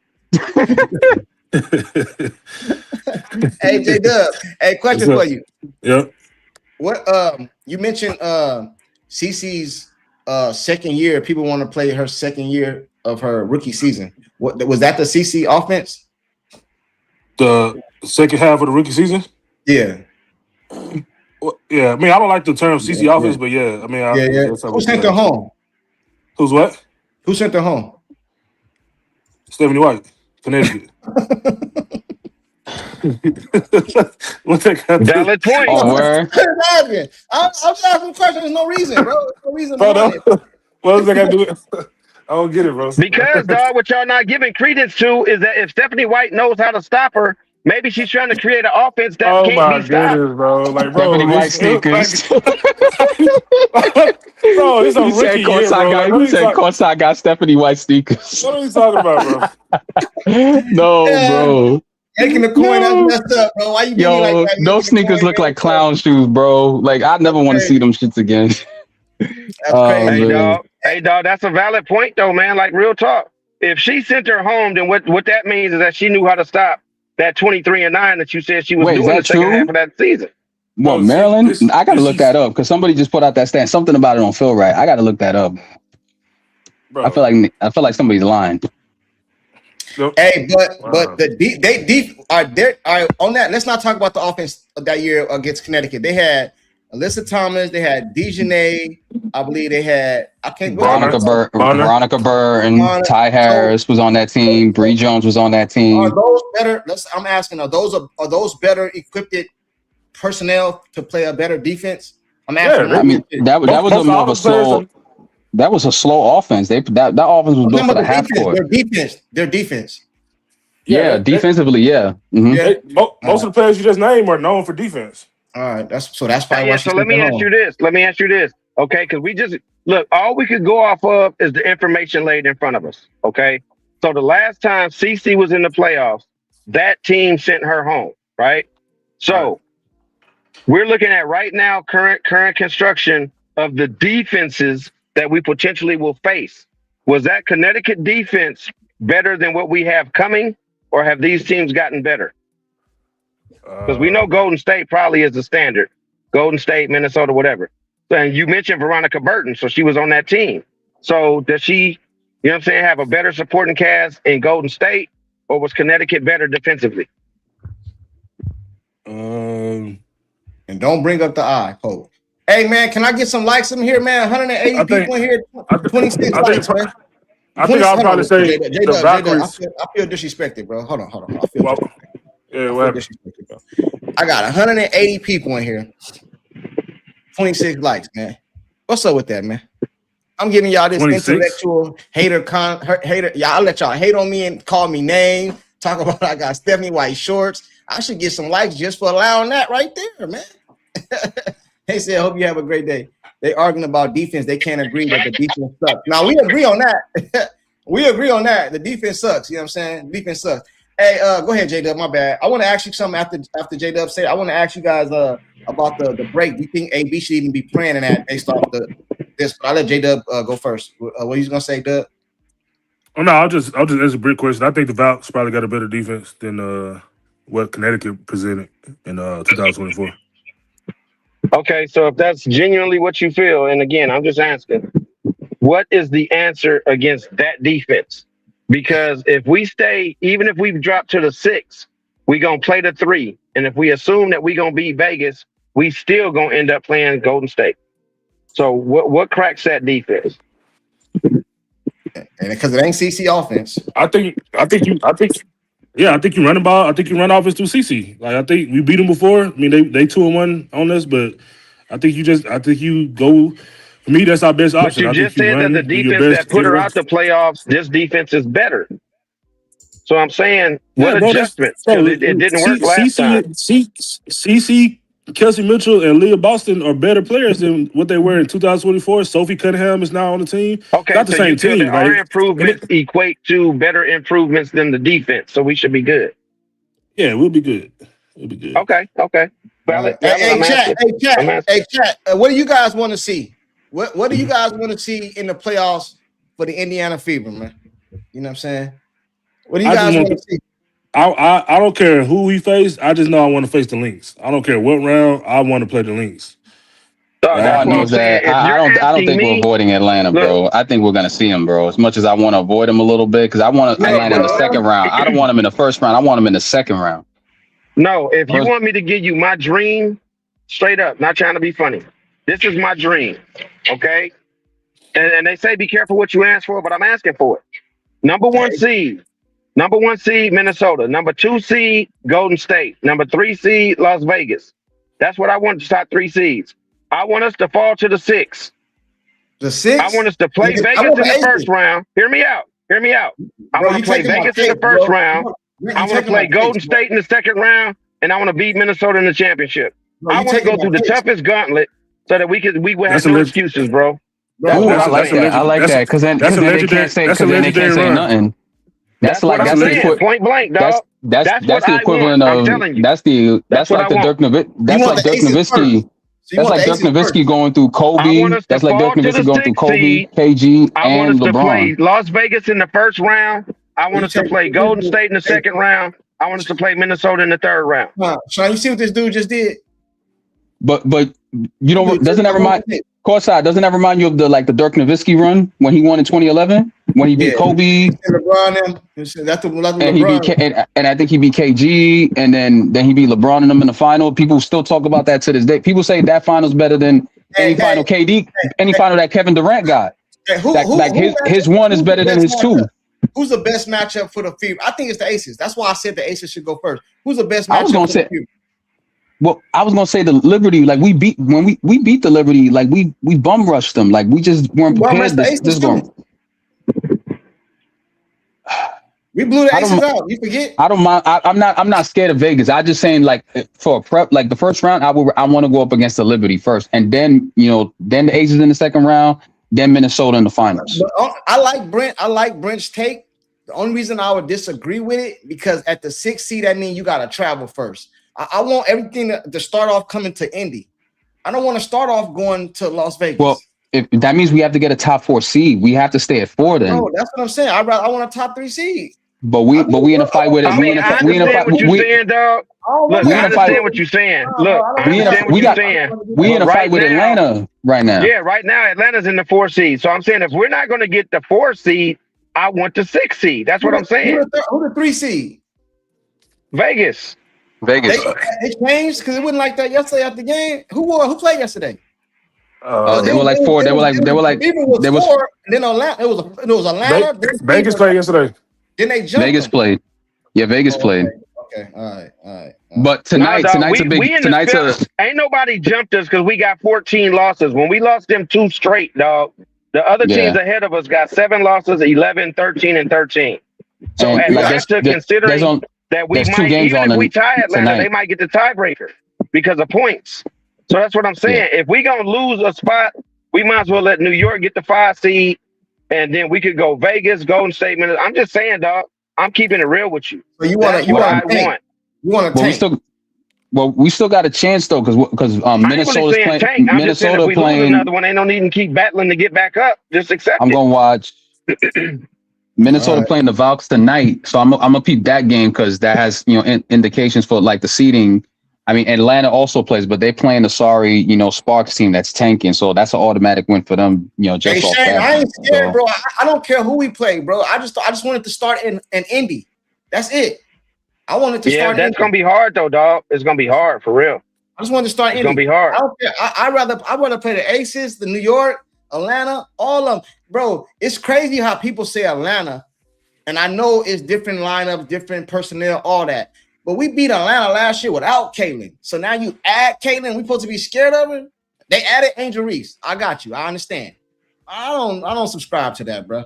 I don't. I'm sorry. The worst matchup for us is the Valkyries. That's it. Everybody else can get this if work. it's Atlanta, I could be at game 1. I wouldn't mind that. I ain't going to Vegas. Everybody else can get so this I work, wouldn't man. mind it. I wouldn't mind it being in Atlanta. But what I'm saying is, I'm just telling you what I want from the respect factor. We talk about CC and GOAT status and all that, dog. That would be an epic run, man. That would be an epic run for you to take out the top 3 seeds on your way to a championship. I agree. That would be on par with Dirk Nowitzki, Brent. I'm telling you, it's on that. It don't get no better than that. Yeah, it'll be on that list. Nobody will take it away from you. It's like people say Kevin Durant's rings don't count. And why people always say, well, Dirk's 1 is better than Kev's 2 because of that example, because of the quality of the opponent. So, and his way, he took the easy way out. So it underhanded his value a little bit. But if CC were to do that, it just ups her value even more. As much as they hate her, they can't take it away from her. So I'm with that. If you go through those top 3, if you go through those top 3 seeds and you win it and you do it emphatically, like undisputed, no holds bars, they can't take it away from you, bro. Hey, like they won't say nothing. All of her haters, like the one I mentioned in the chat, not gonna be no justification behind it. Nigga ain't gonna be nothing behind it. They're gonna say something. No, they could talk, but it's not gonna have no weight, Courtside. It's not gonna have no weight, dog. I agree. The only other way we can do it is if we get to the 3 seed and if Vegas fail. But if we get to the 3 seed, we could only beat the 2 and the 1. You know what I'm saying? So I'm just saying, if we gonna fall out, even if we 4, dog, it's all the same. So I'm saying, instead of, because we only gonna get 1 round at home for the first time. So I'm just saying, dog, if we gonna fall out the 4 seed anyway, and we ain't getting the home court, we might. Because I'm just asking, do we think that we gonna sweep Minnesota them last 2 games? Because if not, we gonna end up with 15 losses anyway. And New York got 15 losses, and it depends on who got that tiebreaker, right? And I think they got it because they beat us 2 out of 3, right? So either way it go, we gonna be the 6th seed. So that's what I'm saying. Just accept it, and now look at your pathway. I don't want to start on the road, man. Hey, I don't know if we got a choice at this point, dog. Nah, we got a choice. That's why we got to get the 4th seed, man. Like that's why I think it's important that, like, well, if the Valks lose tonight against Minnesota, that'll help. Okay, so look at our final games. Okay, are we going undefeated? Are we going undefeated? No. Are we going undefeated? No, I don't think so. No. Well, hell, Brent, you just said we were going 9-2. We only got some trash teams left. We playing. I think we got to play Jeff Smith. What I said was, hear me out though. I feel you, but let me explain myself. What I said was 9-2. You are right, but you know what I didn't count on? I didn't count on losing to Dallas or New York. I said we would slip up at some point because we always do. But now that we done slipped up there, I can't say that we gonna sweep Washington, Minnesota. I can't say we gonna sweep those. So I'm saying if we lose 1 more game, if we do, I'm just telling you how it's going to set up. It ain't my choice, or I'm saying that I want to. I'm just saying if we get to 15 losses and New York finishes off their season, we're going to have the same record. And they beat us, so they're going to get the tiebreaker anyway. I'm just talking facts, bro. We got to look at all the extenuating circumstances. Now, I will say New York still got to play Golden State, Chicago, and Minnesota. And they got Atlanta twice. So they ain't got no easy route. But they've been rolling lately, man. They getting it back together. Phoebish, that was what they had missed for the last 16 games. So we'll see. We'll see. Well, the final 6 games, we got Connecticut on Friday. Then we go on, obviously, the FIBA break. We come back on the 18th. We're on the road again. We play the Tempo. Then we play Washington at home. Then we play Minnesota at home. And then we go on the road for the final game of the season, where Minnesota's probably going to say all day 6. And we play Minnesota to close out the season. When y'all finish. Now go ahead, bro. I'm done. I thought it was 5 games left. Hold on, let me get the super chat real quick. He says, Sean and Brent, that 2011 Mavs team was good defense team with Tyson Chandler as a rim protector. Yeah, Justice. I know. Remember, I was there, bro. I remember. Like, he was a key factor. Him and JJ Barea were like going crazy. So, like, But Dirk was the catalyst. If we're being for real, like if it wasn't for him doing what he did in those series, they don't get to those finals. They don't win those games. So, especially in that final sequence, Dwayne Wade and Bron. Yeah, when they were up like 12 and they blew like when the Heat blew that lead, I still remember that. That was crazy. Jason Terry was on that squad too, wasn't he? Yeah, Jason Terry, Jason Kidd. Yeah, I see that, Justice, but I wasn't trying to say nothing about that. I just said the run that I wanted to take. I ain't trying to compare them to that team at all. He was just saying it's like Dirk when Dirk did it, but we ain't saying that we got that type of team. I ain't saying that at all. Yeah, like the team is different. I'm just saying from a legacy standpoint, it helped Dirk because let's be real. If Dirk doesn't win that ring, bro, he's not top. I don't think Dirk's top 25 player like ever. Like he's not even in the conversation because of that ring. Hold on. No. He's in the conversation. He's top 25. Of course What do you mean? Nah, come on, bro. You don't think that? You don't think that run give him? Bro, you give a person. He was getting, but Courtside, he was getting buckets. He was getting buckets. I don't care, bro. He not top 25, bro. You doing too much, bro. Who? But Dirk, you don't think Dirk is like a top 25 player? No. Of all time? No. Yeah, bro. You don't think he's in that conversation? Not even of my generation. I mean, he top 50. He top 50. I ain't gonna lie. I would say he's probably top 25. He's definitely top 25 of his quote unquote generation. But all time, I don't know. That might be a stretch. That might be a stretch. He's top 50. Ain't no might be. That's a stretch, bro. You don't think he's top 20? You don't think he's top 25? Like, at least he's 20 players right now, bro. Off the top of my head, that's better, bro. Yeah, just off the top. I mean, I would have to say no. Say no. But like you said, he just gets in the argument because of what he accomplished. Yeah, but he at least has a place in the argument because of the run. I'm just saying the argument. It's not even an argument, bro. You don't think the run gives him at least an argument, bro? I'll say this. He's the top. He's in the top echelon of the most iconic playoff runs. But as an individual talent, no. You know what? The only reason I'm gonna fight you on that court side is because I can't say personally that he's not in the conversation because Sean put him in the conversation. yeah. But Sean tripping. He needs to be the fact that Sean brought it up, dog, he's in the conversation. No, like, if this was barbershop talk, he in the conversation. You know what I'm saying? Man, look. All I know is that I remember that game where him and KD were going off. They were trading bucket for bucket in that playoff game, and I was like, "Yo, bro, like how people not respecting Dirk as a player? Like he was going crazy. He get respect, but he ain't. I don't know about like top 25. Look, I agree. Look, you was doing good. You said that, bro. You was doing good. Oh man, you just went overboard, bro. Hey, bro, it's fine. I'll give it to you. Y'all won that one. I give it to you. Y'all won that one. Hold on. The chat just said that the Aces have championship pedigree and we'll lose to them in the first round. Bro, I want to know why you feel that when we have clearly been the better team all year. What makes us fear Las Vegas?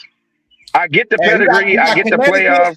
I get all that. But what makes them better than us in a 3-game series when we just beat them back-to-back times on their court during our West Coast road trip? Hey, y'all said it was 5-6. It's Connecticut, Tempo, Washington, Mystics, right? And we go back to Toronto.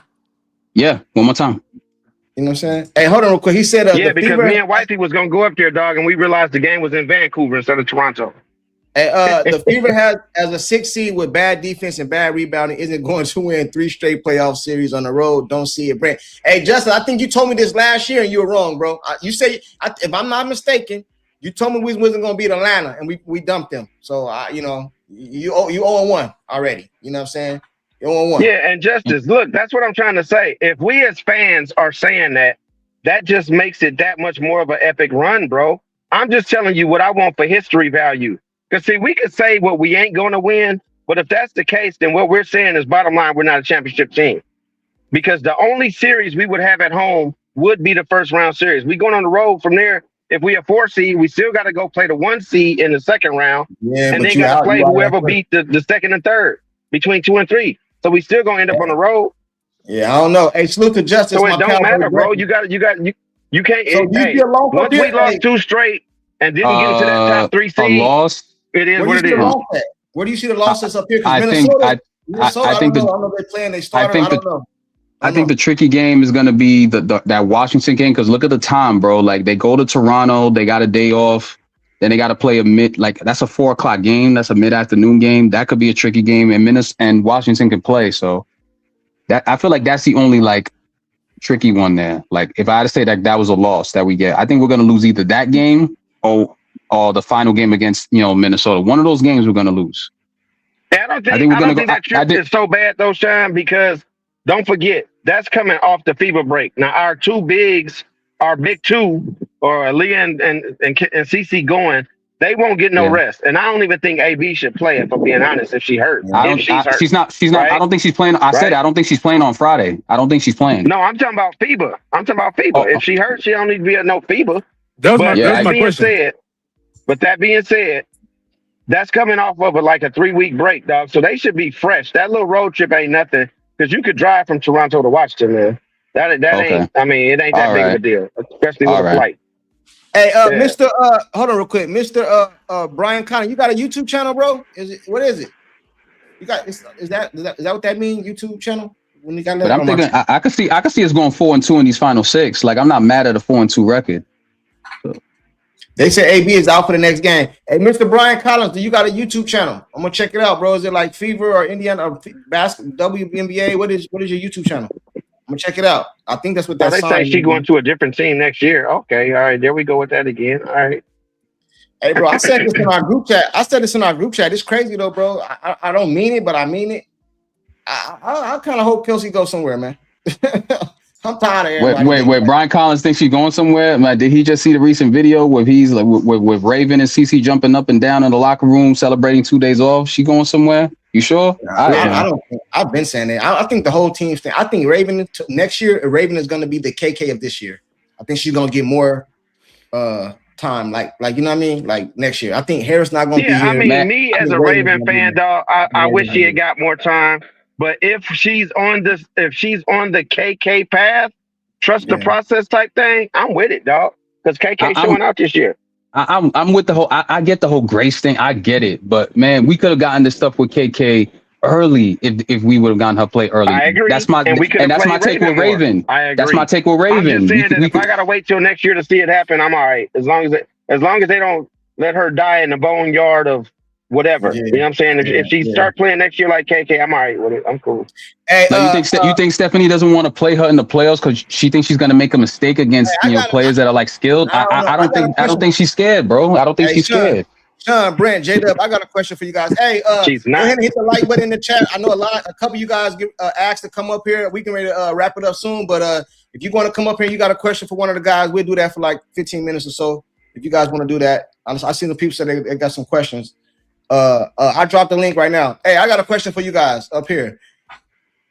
Do you guys think this who gonna be on this team next year coaching players in your opinion?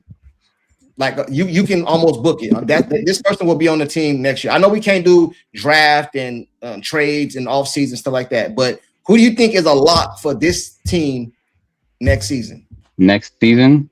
Okay, so I know that there's no expansion draft next season. From what I heard, there's not going to be an expansion draft. I mean, this coming off season, there's no expansion draft. That's for next season with the Sirens and Cleveland. Like that's their thing. They're going to do that the following year. So I'm thinking it's going to be CC, the big three. I'm gonna go with KK. So that's 4. Raven, that's 5, and that's about it. So and Lexi. That's it. So you think Sophie leaves? You think Sophie leaves? She's a question mark. It's a possibility. Is a question mark. They ain't better pair. So I think it's the big 3: Raven, KK, and Lexi. That's it. Everybody else is up in the air. Everybody else.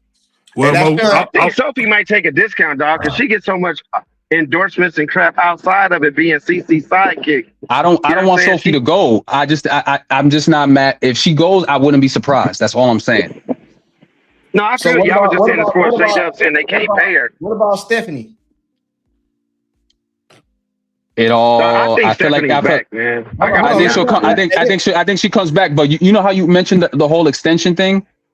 I think the extension is going to be contingent on how far she gets in the playoffs. I think she comes back. I think she's already aligned. She already has a deal. But if like beyond next year, let me do you a favor, Sean. Hold on real quick. Let me make this is Sean talk. Let me make him big. Go ahead, Sean.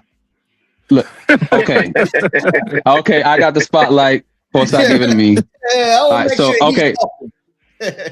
All right, just to be clear, if we're talking about Stephanie White, she needs to win this year to get the extension for the following season, because she's already locked for next season anyway. So I don't know why people keep talking about like, is she coming back next year? She's coming. They can get rid of her. That's not. That don't mean nothing. No, but she's already. She's not under contract, huh? I don't think she is. Yeah, she only did 2 years from what I read. That's it. Yeah, I thought she was already locked in this year. That's why I was like, nah, like, wasn't she locked in? I read she only got 2 years. That's why I was asking where the extension is. Hey, Shane said Sean got the Stephanie White cheap sneakers too. Damn. I didn't even like, oh my God, he said sneakers. Well, Shane, that's what Shane said. Yeah. I'm not saying that, bro. What I said was, and you asked me a question. It's contingent on how she does in the playoffs. All right, so just like any other player. What she got to do to come back? If she goes to the first round and get eliminated, we already know she could get to the second round. She has to get to the finals, bro. So if she get eliminated the first round, she gone. No, out of here. Yeah, that's what I think. Yeah. Because you said it. We have the big three. They got to get it done. If she couldn't get it done with this talent, did I? Yeah. I'm gonna throw the Uno reverse back at you, man. That's what it's convenient for you. Nah. We throwing the Uno reverse back at you. This is what you said. See, I'm going off of what Courtside said. Hey, look, let me ask y'all something, man. Because y'all was saying that. That's why I was silent, bro. I was Googling it, and according to Google, she signed a multi-year deal before the 2025 season. Is that something that we know? I thought she was already locked in anyway, Brent. Well, because what it says on here, it literally says public status, the specific length and expiration date of White's multi-year deal with the Fever has not been officially disclosed by the franchise. So do we know what her contract is? That's weird. Like with every sport, the user disclosed. She got one behind the scenes. So private in this league. I don't know. Yeah, I don't get it. That's crazy. Like with every league, everyone knows that the money they make, the years they stay, like that's all like exclusive to the public. That's weird. I mean, if anybody in the chat can find something different, all I did was a quick Google search. But that's literally what it says, because I Googled, I said, when does Stephanie White's current contract end? And that's what it says. Like we don't even know. So if somebody knows something I don't, let me know. I Googled it too. It said the Fever hired her on November 1st, 2024, beginning of 2025 season. Neither the contract length nor salary was included in the official Fever announcement. Online estimates place her salary around $500,000 to $1 million annually, but those are not confirmed. So yeah, there is no reliable public information showing exactly when her contract expires or how much Indiana. Now tell me that's not crazy. She ain't going nowhere. Hey, Sean, what that tell me is she ain't going nowhere. Tell me that's not crazy. Hey, we paying you behind the scenes. Careful. Shane gonna say that you got your Stephanie White boxer shorts on, man. Chill out. I'm used to it. Hey, I dropped the link, man. You guys want to come up real quick before we get out of here, man? Ask the guys some. Oh yeah, before I do that, Dubb. Let me get Dubb and Brent. Who you think gonna be on the team roster wise? And same question I asked Sean. Well, from what we just saw, Stephanie White is who I'll start with. Oh no, they're gonna say that Brent. Yeah, I'm gonna start with that. But I'm gonna say CC, AB, Kelsey.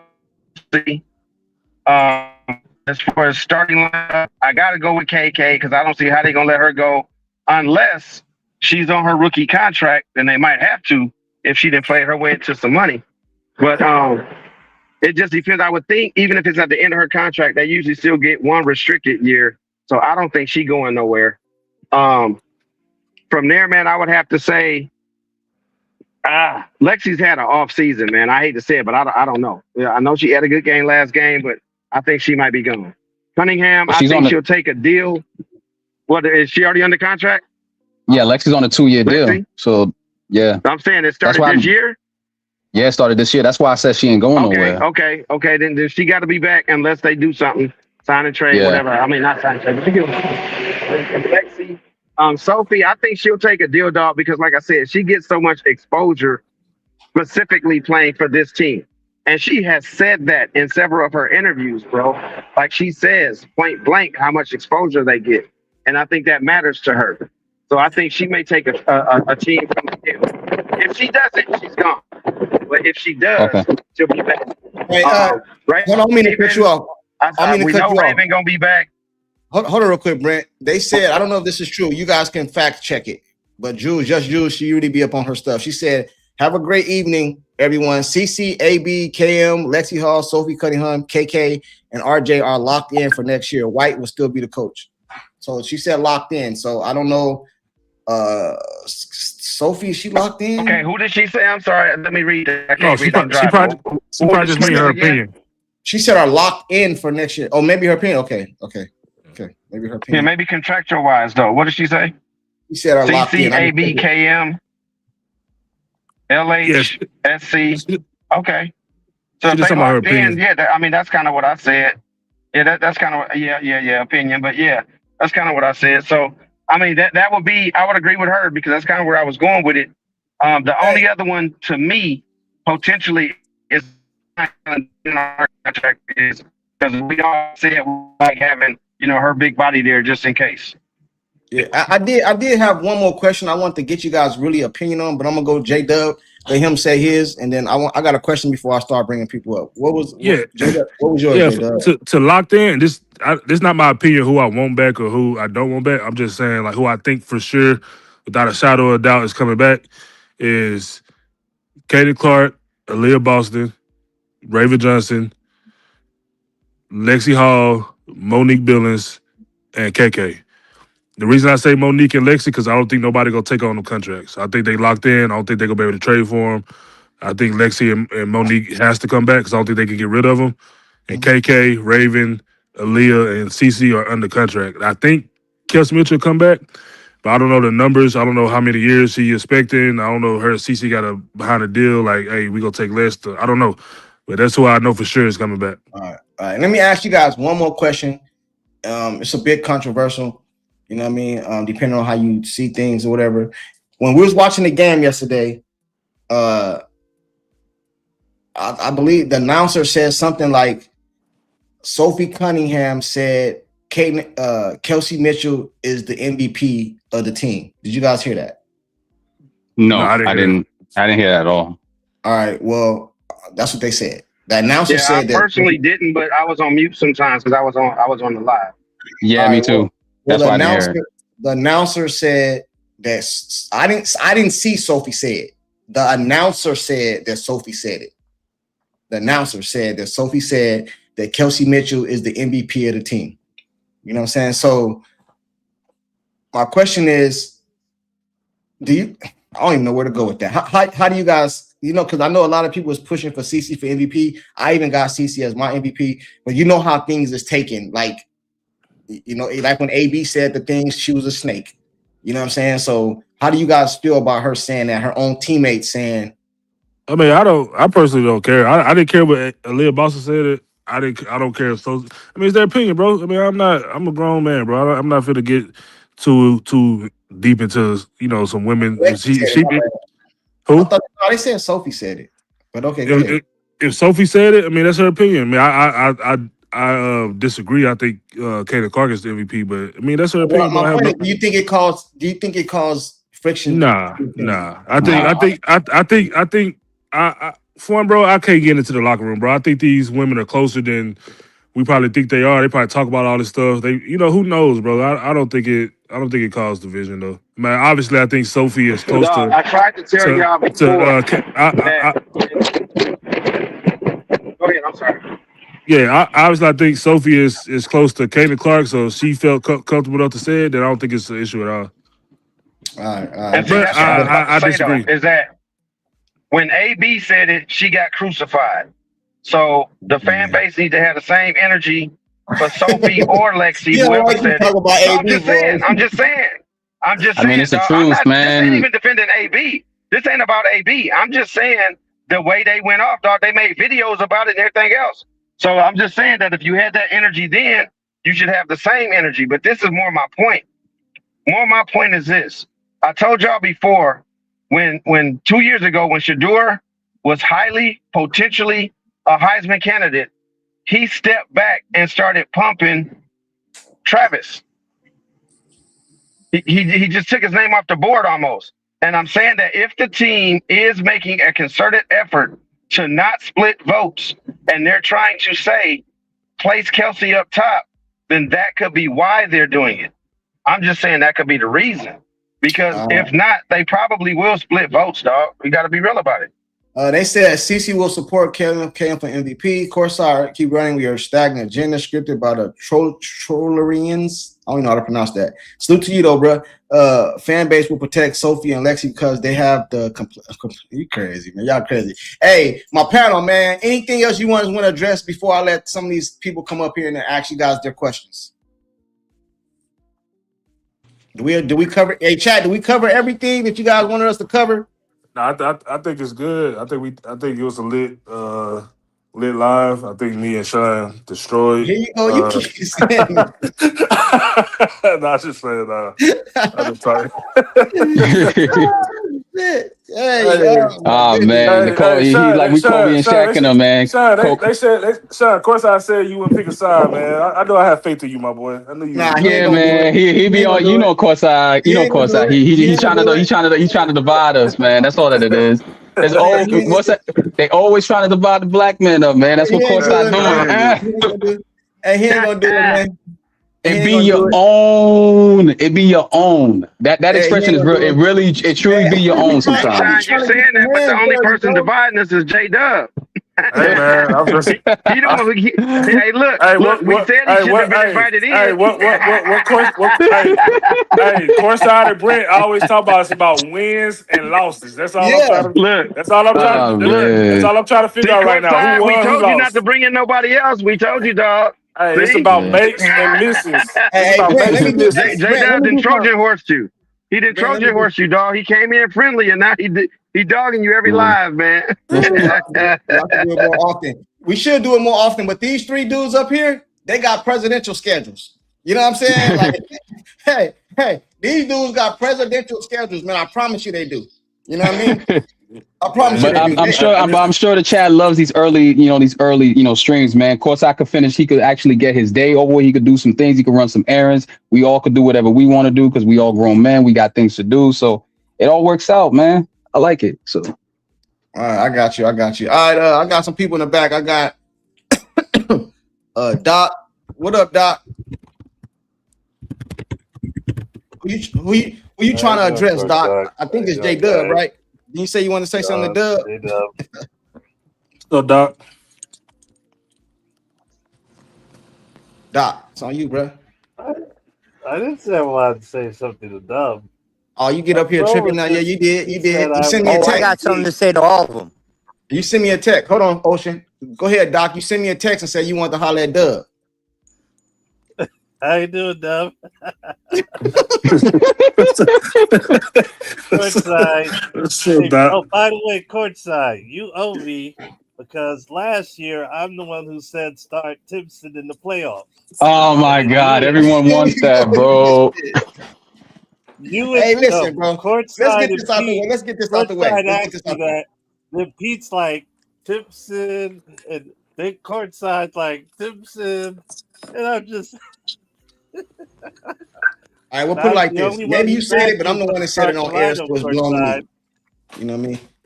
It's blown to me. The only one who backed you when you put up the lineup this year, remember? At the beginning. You're the only one that backed me? Yeah, when you put up, who is it? Hull, Timpson, Boston, Mitchell, and Clark. Yeah, they laughed at me. Please, Mitchell. Yeah, Timpson don't know where she is. Yeah. That's because they don't know shit, bro. Yeah, I have that.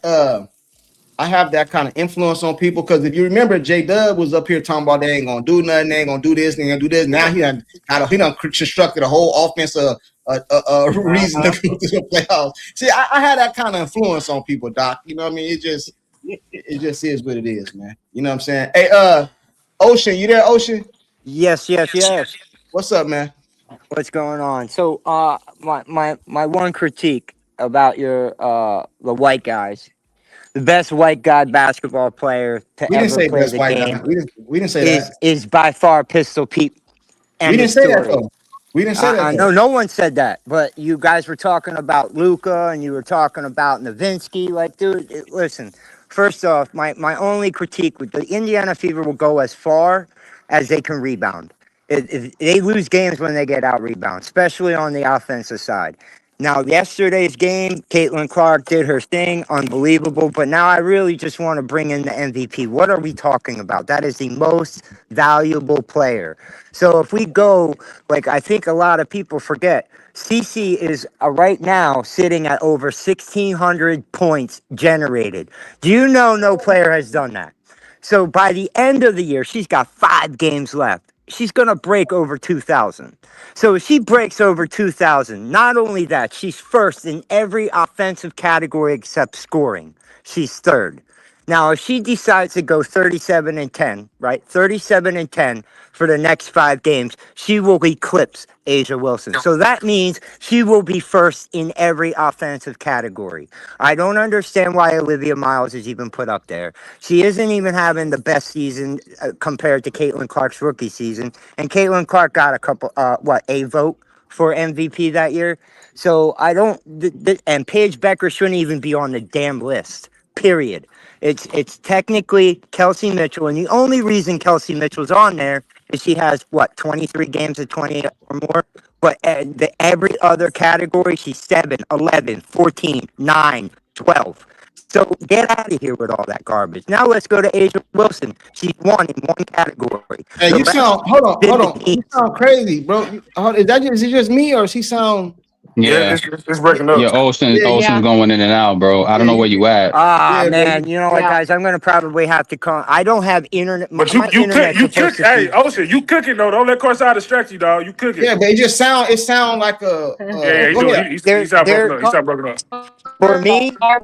For me, there is no debate who the MVP is. It is Caitlin Clark.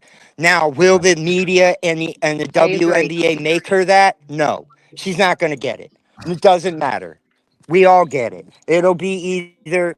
I do agree that if they give it to a Fever, it will be Kelsey, because Kelsey's probably going to run out the year in 20 points a game, which is, she already broke the record. She has 18. She's going to go further than that. It'll be 23 games of 20 or more. Now, but let's look at the other side. Caitlin Clark and Kelsey Mitchell have 23 games, 20 games at scoring, or 18 games, which is more than Asia Wilson, 19, including yesterday, of scoring 20 points a game. She beat Tarazi, she beat Asia Wilson, and I want to say it was Kelsey, their point guard, might have been, or it might be Young, who knows. But they're already leading that. All the offensive categories is being annihilated by freaking Caitlin Clark. There's no discussion. This narrative that we keep going back and forth, all this or that, dude. Asia Wilson is only in the topic because she's scoring. That's it. No. Let's not do that. Hold on. But it's the truth, dude. If you look at the numbers, that's not a true statement, though, bro. Courtside, you need to stop. You got to look at the numbers. What did he say? What did he say? First in scoring. She's ninth in generation. She's 12, 14, 16. She's not even anything offensive that I'm afraid of. She played defense. Oceans, what about defense, bro? She defends. She played defense, bro. I'm not gonna listen. I'm not gonna put other players down and lift Caitlin, bro. So I believe Caitlin is the MVP, but you can't say Asia is only one dimensional. That's not true, bro. I didn't say she's one dimensional. She's one dimensional in scoring. That's what she is. She does. That's it. She can't. She doesn't make her teammates better. No. She does not make her teammates better. Ocean, listen, hold on real quick, bro. I'm gonna let everybody else comment on your take. But I'm not a big Asia fan, bro. I've said this multiple times. But I'm not. The girl got game and she played deep. I'm not gonna be delusional, bro. I'm not saying she don't have game. I'm saying if you're talking about most valuable player, she does not make her team better. At all. I ain't gonna agree with that. Hey, hold on. Let me let anybody else agree, or is it just me to disagree? No, I don't agree, but I was also going to ask when you said that Caitlin was number one in all offensive categories except scoring. I mean, what does that mean? Because like somebody in the chat says she's not number one in offensive rebounding, so we know. So she generates more points. She generates more points, assisting and whatever. She's first in assists. If you go down, look it up in the WA status. So there was I put it all up. I gave it to Courtside. I put it all up. It was basically Asia Wilson, Kelsey Mitchell, Caitlin Clark, Olivia Miles, and Paige. And you look at all their offensive ratings. There's 8 categories. There's only one category Caitlin Clark wasn't one in, and that was scoring. Everyone else had teens, 7s, 8s, 9s, 10s, and 11s. So if you're talking about the most valuable player, now I'm going to kick back even more. What do all these what did Dallas coach say? What did the New York Liberty coach say? They're like, we just want to keep the ball out of Caitlin Clark's hands. Why? Because she makes everybody around her better. Now, what did we see yesterday? She put 31 or 37 points up. But hold on, bro. You know what I mean? She came in. We gotta be. First, let me say this, because I know how people they take things. I believe Caitlin Clark is the MVP. She's my MVP. But we got to look at the other side of the coin, right? You're talking about defense is not going to make you an MVP, dude. If that's the case, I wasn't gonna say that, bro. Bro, no, dude, calm down. A defensive player is not going to win MVP. If that is the case, then don't you think Dennis Rodman would have won a couple MVPs? The dude was the best defender ever. But he didn't score, bro. You're being disingenuous now. What I'm saying is this. Like, again, Asia does, bro. That's what he's saying. That's what I'm saying, bro. It's somebody. Asia does. If you're leading the WNBA in scoring and you're the best defensive player, that means something. Don't minimize that. But somebody else. So was Asia Wilson the best defensive player last year? I believe that was Alana Smith. Bro, but she do more than one thing. Listen, bro. Hey, hold on. Let me get 2 minutes. 2 minutes. Ocean. Yeah. I don't necessarily. I don't. What I'm trying to say. Asia Wilson is. I want to give Asia Wilson the credit she deserves. Oh yeah, she's the best. She's the best player in the league. Let me finish, because I'm gonna turn it. I got your back. I want to give Asia Wilson the credit she deserves, because she, in my opinion, she's the greatest with her stats, with her accomplishments. I don't know a lot about the WNBA. Brent, you know more than me and a couple others, Sean. But in my opinion, she is already considered the best of all time. With that being said, With that being said, that on the defensive end, I made a video about this. I don't know who all seen it. I think, even though she's great at defense, I do think it has to be put into context. Because when you look at the top players' defensive rating, all of them are bigs. There's no guards in the top 10 defensive rating. There's only one in the top 15. And that being said, that the reason behind that is there is elite guards in this league right now. Asia Wilson does not have to face the same talent as the elite guards. Jackie Young, Ryan Howard, as elite as they are, they're not in the top 15. That's because they face more talent. And when you look at the top 15 scorers, it's all guards. 11 out of top 15 are guards. My point is, the context has to, the defensive context has to be put into proper place. This is not me saying Caitlin Clark is better than Asia Wilson in defense. That's insane. All I'm saying is Asia Wilson is going to have the defensive numbers because she doesn't face the same talent as Olivia Miles, Caitlin Clark, Paige Beckers on a night-to-night basis. Every single night, a guard, you most likely going to face some elite offensive talent in this league. That's not the same with bigs. There's no guards in the top 15 in defensive rating, and the top 15 scores are all guards. It's 11 out of 15 are guards. So that's the distinction I would like to make. But hold on, real quick. My only kickback on that is making your team better. Hold on, real quick. Let me get this super chat because he's talking to you. He said, "Ocean, tell me the percentage of players in basketball history that won MVP exceeding 5 or more." There's a lot of noise in the background. It is. Hey, he said, this to you, Ocean. I'll let you answer it. What's this? I'm reading it now. Ocean, tell me the percentage of players in basketball history that have won MVP with seeding 5th or lower. Are you so what? So you're gonna give an MVP? You mean to give me an MVP from? Yeah, let's go. Olivia Miles as a rookie because she's playing on a stacked team. Do you want to know what I do? I want the Indiana Fever to be 4 or 5. And the reason why is because I know Indiana will beat Atlanta. And you want to know what also I know? Indiana will beat Minnesota too. That's But my take. all he doing is going off history. He said, I don't know if this is true, but according to him, nobody has won it like with a 5th seed or lower. That's basically what he's saying. You know what I'm saying? I don't know. You know what I mean? I don't think all that because that doesn't make any sense. That Usually example. the teams that win the MVP in football are not the teams are not the number one team. You know, because if that's the case, Jalen Hurts would have won it in 24 and in 22nd. Football's been around a long time. Football is not even, the leagues are, I don't want to say that, man, but I want to put down. Yeah, I mean, but I'm just saying though, we got to be careful. Even when J-Dubb added his take to it, and saying what we're saying about of all players, Asia. And again, this ain't because she's from South Carolina, bro. Because y'all don't hear me talking about Asia a lot. I'm an AB fan, but what I'm saying is we can't have that take on Asia when, to an extent, she just locked up Caitlin in the last time we played them. So we can't make it seem like she only is good on defense because the players she goes up against aren't as talented when she went up against the most talented, according to us, and made the stop. And she's a freaking big. Only one stop. So we can't take away her defensive prowess, man. We can't do that. I'm not saying that. I said Asia is I said she's the greatest WNBA player of all time. I know, but then you qualified it by saying how she doesn't have the type of talent that she has to play against. And I'm just saying, that's just facts. I'm not saying that. But that's not why. But J-Dubb, what I'm saying is that if she locked up our point guard on the last possession without help for the most part, we talked about it. I'm talking about a night-to-night. I know what you're saying, but I'm saying that just because she doesn't mean that she doesn't have the ability. I didn't say that, bro. I'm just hold on. Let me say this and I'll be quiet because I'm about to get out the door. That's the reason why you guys are static. I'm gonna get off. All right. There's too many people talking at one time, man.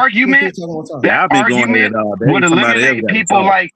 Hold on, let me say this because I'm about to get out the car, bro. I promise. I ain't gonna say nothing else because I'm getting out. I'm done. That argument would eliminate greatness from like a Deion Sanders by saying, well, he didn't lead the league in interceptions. You know why? Because they didn't go at him. That didn't mean that he wasn't as talented as he was. That's not the same argument, Brent. That's not. That's fine. That's not the same argument, bro. Let's do this right here. Let's do this right here. Just because ain't nobody as good as you ain't your fault. Let's eliminate Asia Wilson and go to the other people. Not eliminate her from the running, but let's go to somebody else. It was Kelsey, and he said Paige. I ain't seen Paige on there in the last week or so. I know she was. Hold on, Court. One thing. Let me say one thing. The argument wasn't for Caitlin Clark. It was more so for the elite guards like Jackie Young, Ryan Howard, Veronica Burton. I'm just saying the elite guards are not in the top defensive ratings because they play more talent on a night-to-night basis. That's it. It wasn't for Caitlin Clark. I'm in no way saying Caitlin Clark should even be considered a top defensive player. My point is the elite guards, the elite defenders in this league is not in the top 10, or I think the last time I checked was a couple days ago. It was only one guard in the top 15 as far as the defensive rating. And that's because they place elite talent on a night-to-night basis. That's all I was saying. That argument wasn't even for Caitlin Clark. It was for the elite perimeter defenders. That's it. Hey, let's make an argument. Let's do this. Let's do this right here. Let's make an argument, even if you don't agree. I can't hear. I got to hop back. Can I say one thing, bro? Yeah, hey, let's do this real quick. Can I say something, please? Hold on real quick. Let's do this right here, right? Even if you don't agree that this player is the MVP, can you make an argument for him? I just want to hear your argument. Like Sean, we heard the argument for Caitlin. So pick one. If you said Kelsey was the MVP, or you said Olivia Miles is the MVP, or Asia Wilson is the MVP, make an argument for that person. Sean, just pick one. I don't care who it is. You know, I said Caitlin is mine. So Sean, don't do Caitlin.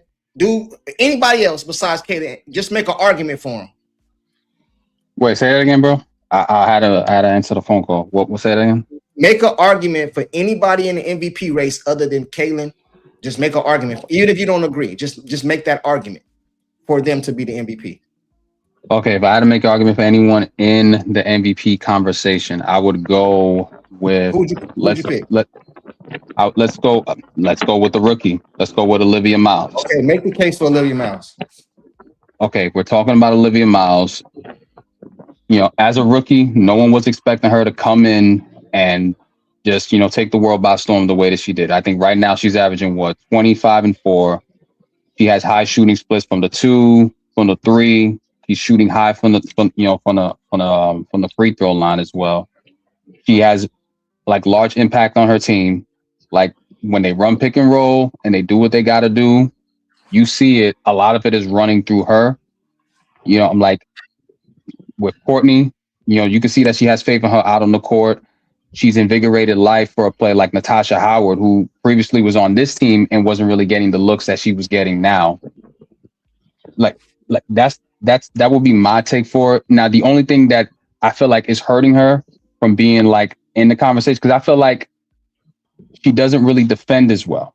But outside of that, like the way she's carried this team, despite Fee getting hurt, not being there 100% of the season, she's been doing more than what people thought she was going to do, because no one thought she was going to be at this level, playing at this level, helping this team get to this point. They're 31-7.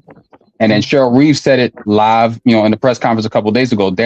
She's not in the MVP conversation without her at all. Like 31-7, they're not 31-7 without her.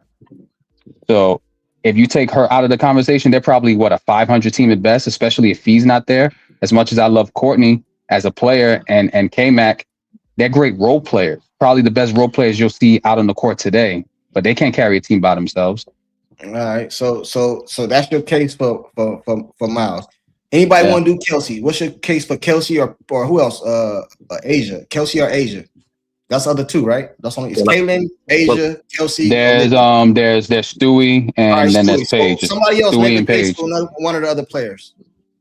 Yeah, I was gonna say Asia, because when we watched that game, Indiana versus the Aces, when y'all took the L, and I kept saying, you see the presence of the rim protect the court side when we was watching the game. Every time came in the paint, Asia contested that shot, and she probably went about 10-15% as far as shooting up on the goal. So you can't sit there and say because it's a 1-on-1, but she defense and she intimidate people. People afraid to go against. The only person that actually try to go against it is AB. Now AB do her thing, but as far as her impact she have on defense, because I say her defense is better than her offense. Other thing that you got. Tell her you break it up. She intimidate everybody that I'm breaking up. Did you hear me now? You good now? Yeah. Hello. Yeah, you good. Yeah, she have an impact. Like I said, her defense is better than her offense, and then she's leading in scoring.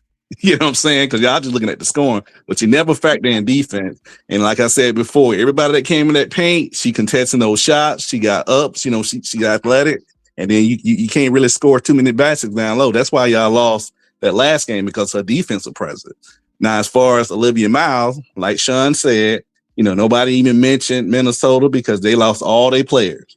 One went to Portland, two went to Dallas, one went to Golden State. Those girls was balling. And then Fee was hurt. Like he said, the role player was more like Courtney Williams and McBride.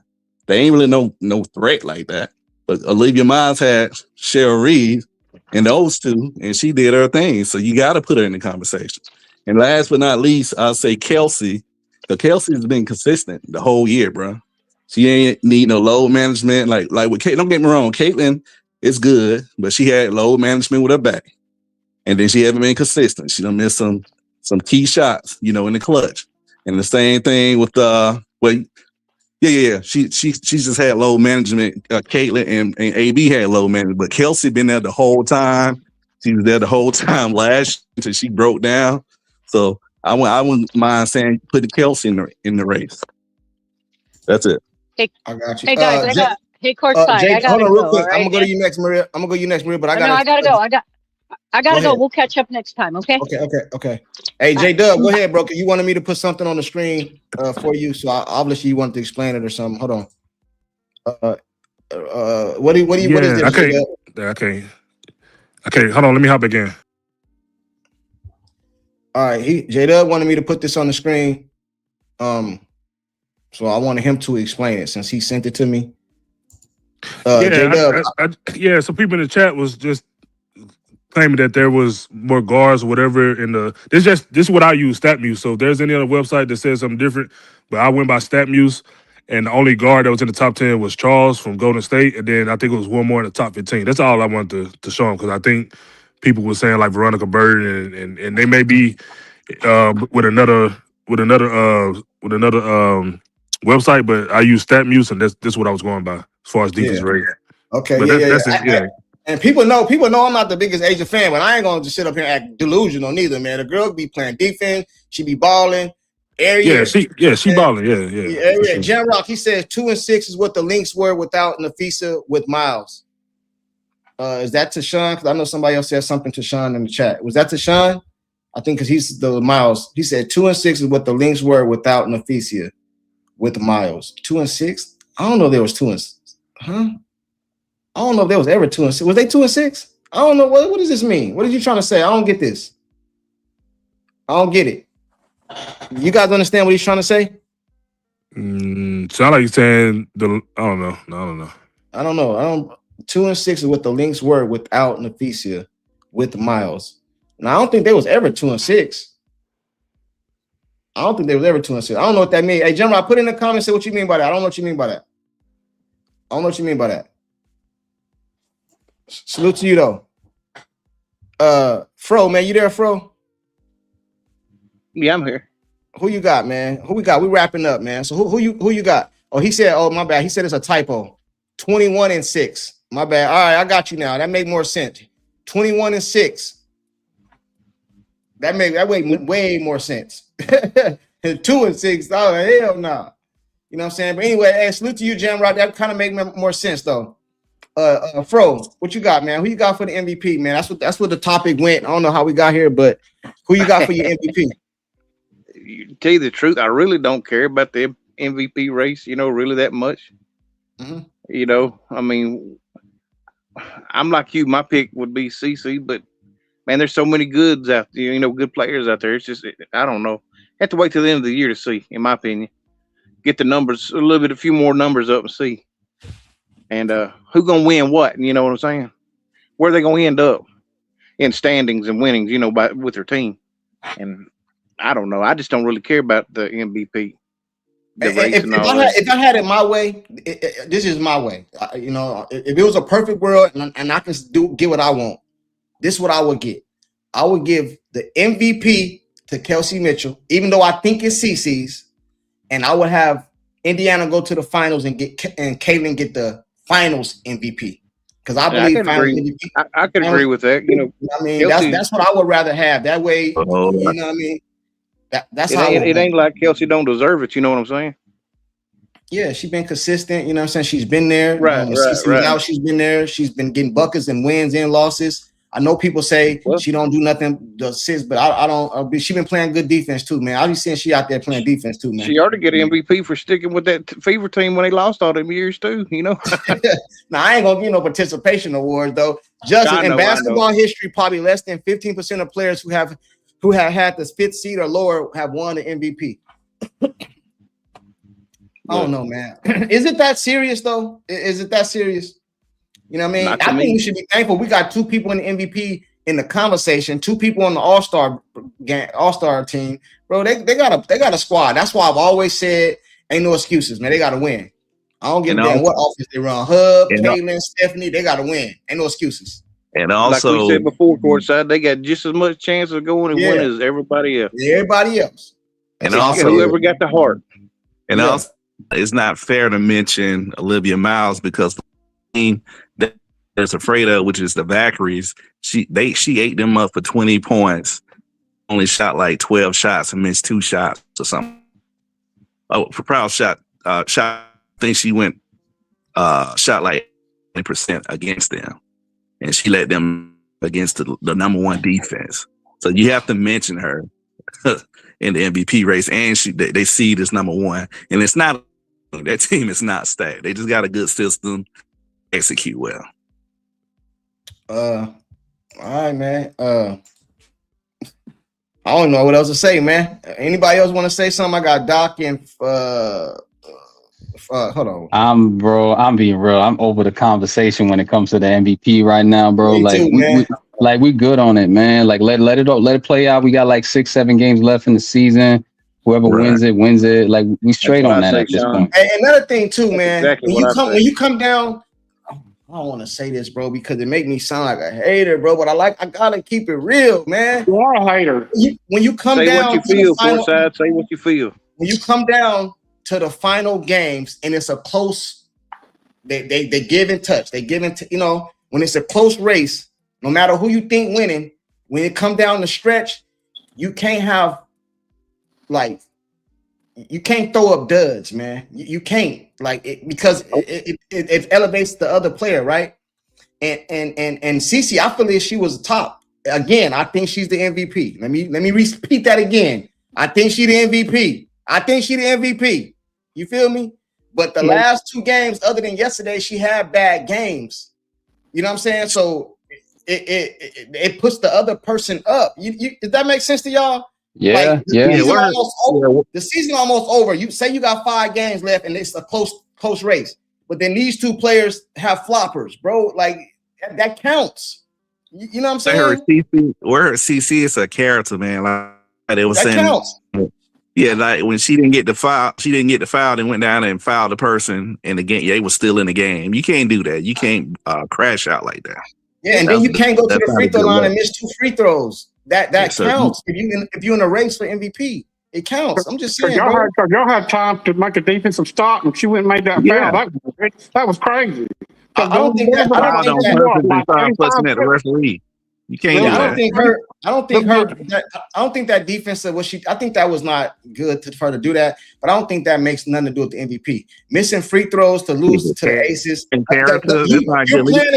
You're playing against the person that they got as the MVP, and then she's on you 1-on-1. You turn the ball over, and then you miss 2 free throws, bro. That counts in the MVP race. I know y'all don't want to hear it, but it do. She's done it multiple times already, Courtside. She missed a couple of free throws the other night. Hey, you know what? If Caitlin wanted to really be the MVP, like it would be can't nobody say nothing. It'd be complete wash. Go down there and beat Asia, dust her up. When you play Minnesota, dust her up. You know what I'm saying? When you go over there and play Dallas, dust her up. If she would have just beat all them teams, bro, that's in the running and had good games, I don't think it'd be a question. Hey, Court, I got to head out, man. I'll talk to you in the chat. Shout out to the J-Dubb. I want to say J-Dubb, talk soon, bro. Yeah, my MVP Courtside. J-Dubb, quick. J-Dubb. What's up, bro? To you and Sean, yes, I let Courtside and Brent have it in the green room. Let you know, I see how they try to team up on you today, bro. I had them choking and everything, Sean. What happened? They were trying to bully me. It was them that were trying to. They were trying to do some funny. They were trying to act funny. That's what it was. Yeah, that's Peter Maria. That's Peter Maria. This tone low, man.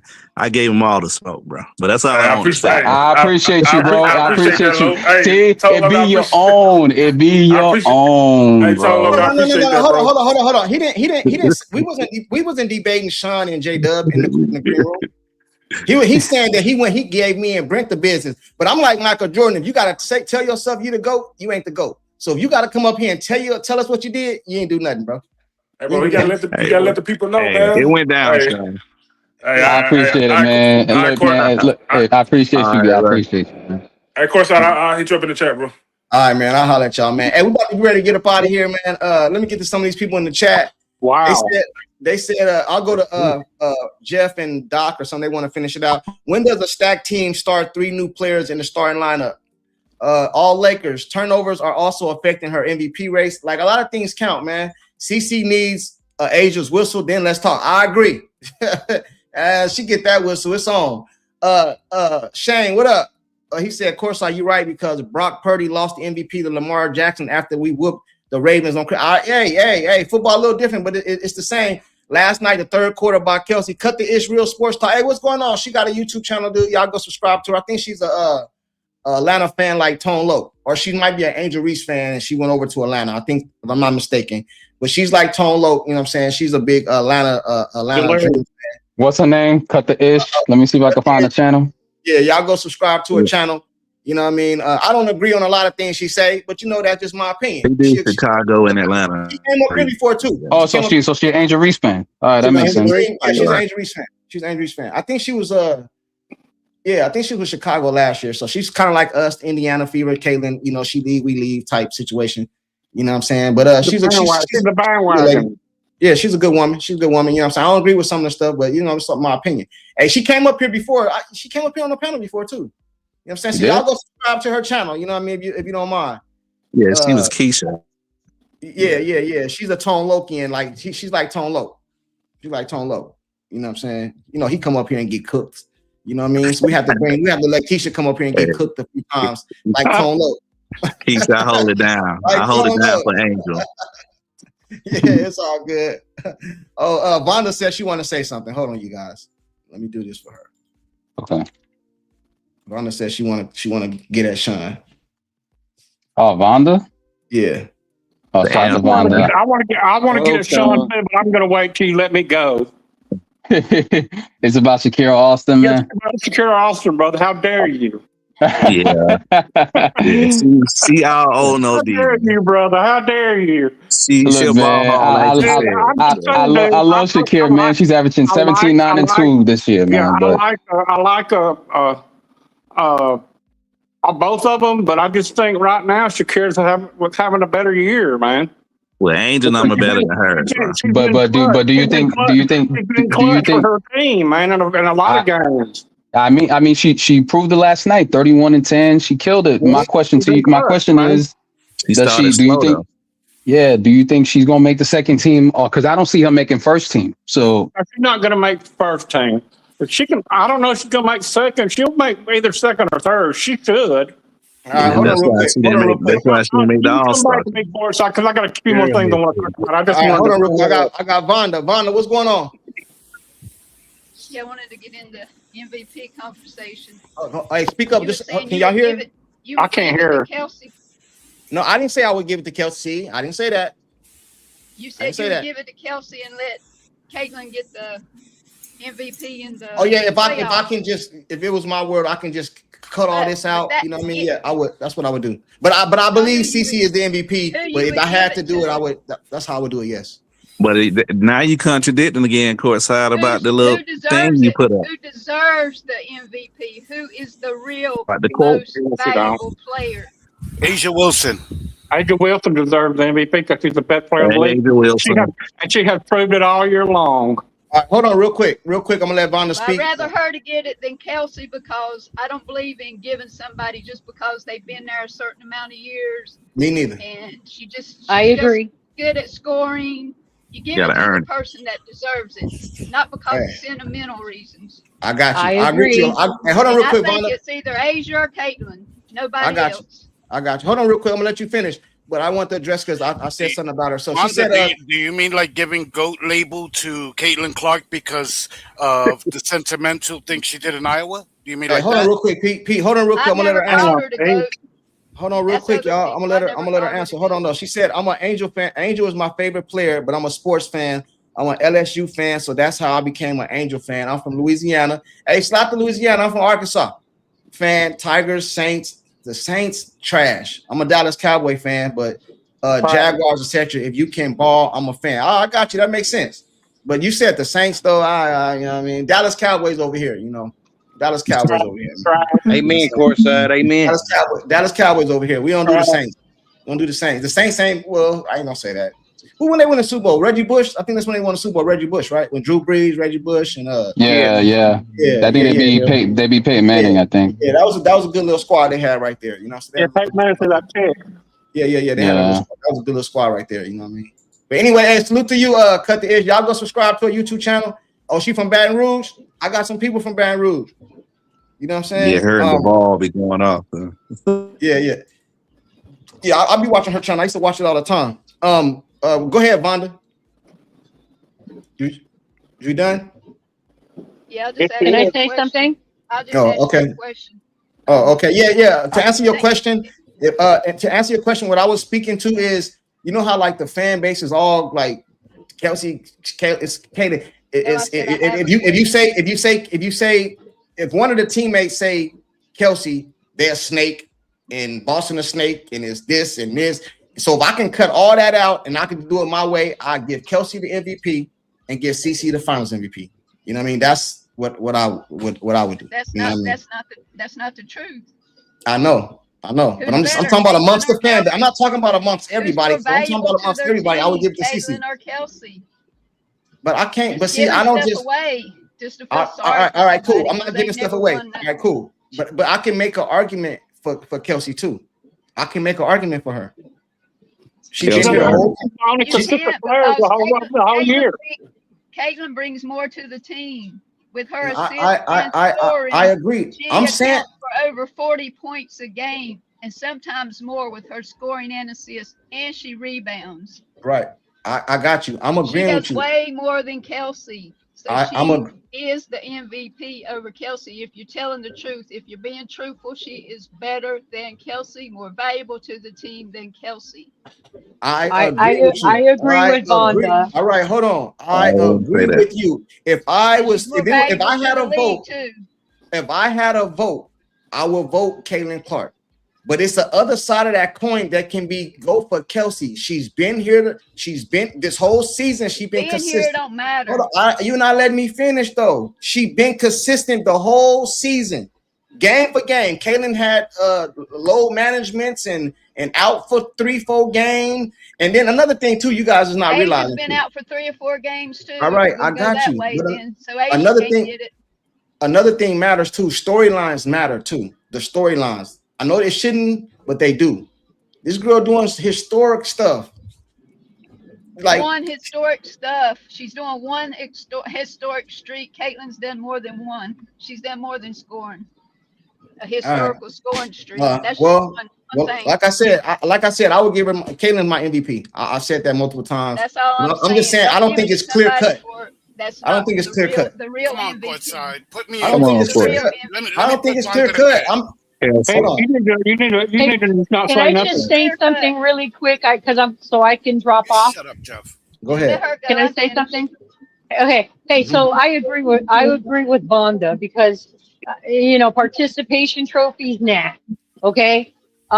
Secondly, if you want to go with the WNBA drama, you can always expect them to give Olivia Miles both of them, both the rookie and the MVP. So then they can say, well, look, she's earned both of them.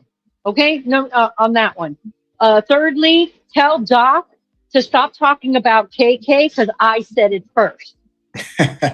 So just making sure. Okay. Hey, I'm doing research on that right now. So I wanted to clarify that because he came up and started talking about KK. Tell him I said to shut his pie hole because I said it first. And Pete, shut your pie hole because I know you're going to come up with it next. But that's what I think about the MVPs. I do not believe in participation trophies. Okay? I don't. Just like you said, if it's down to the numbers, let's look at the numbers, and whoever has the best numbers, that's what I would support. Okay? Love you guys. We'll talk later. I can't hear you. Brian said, Courtside, you spit lies. Kelsey Mitchell was averaging 16.8 before. When did I say? What are you talking about, brother? What did I say about her? What did I say? I said, we talking about this year. She's been more consistent this year. I don't know what I said. They got you messed up with somebody else, Courtside. Yeah, I don't know what I said that, you know what I mean?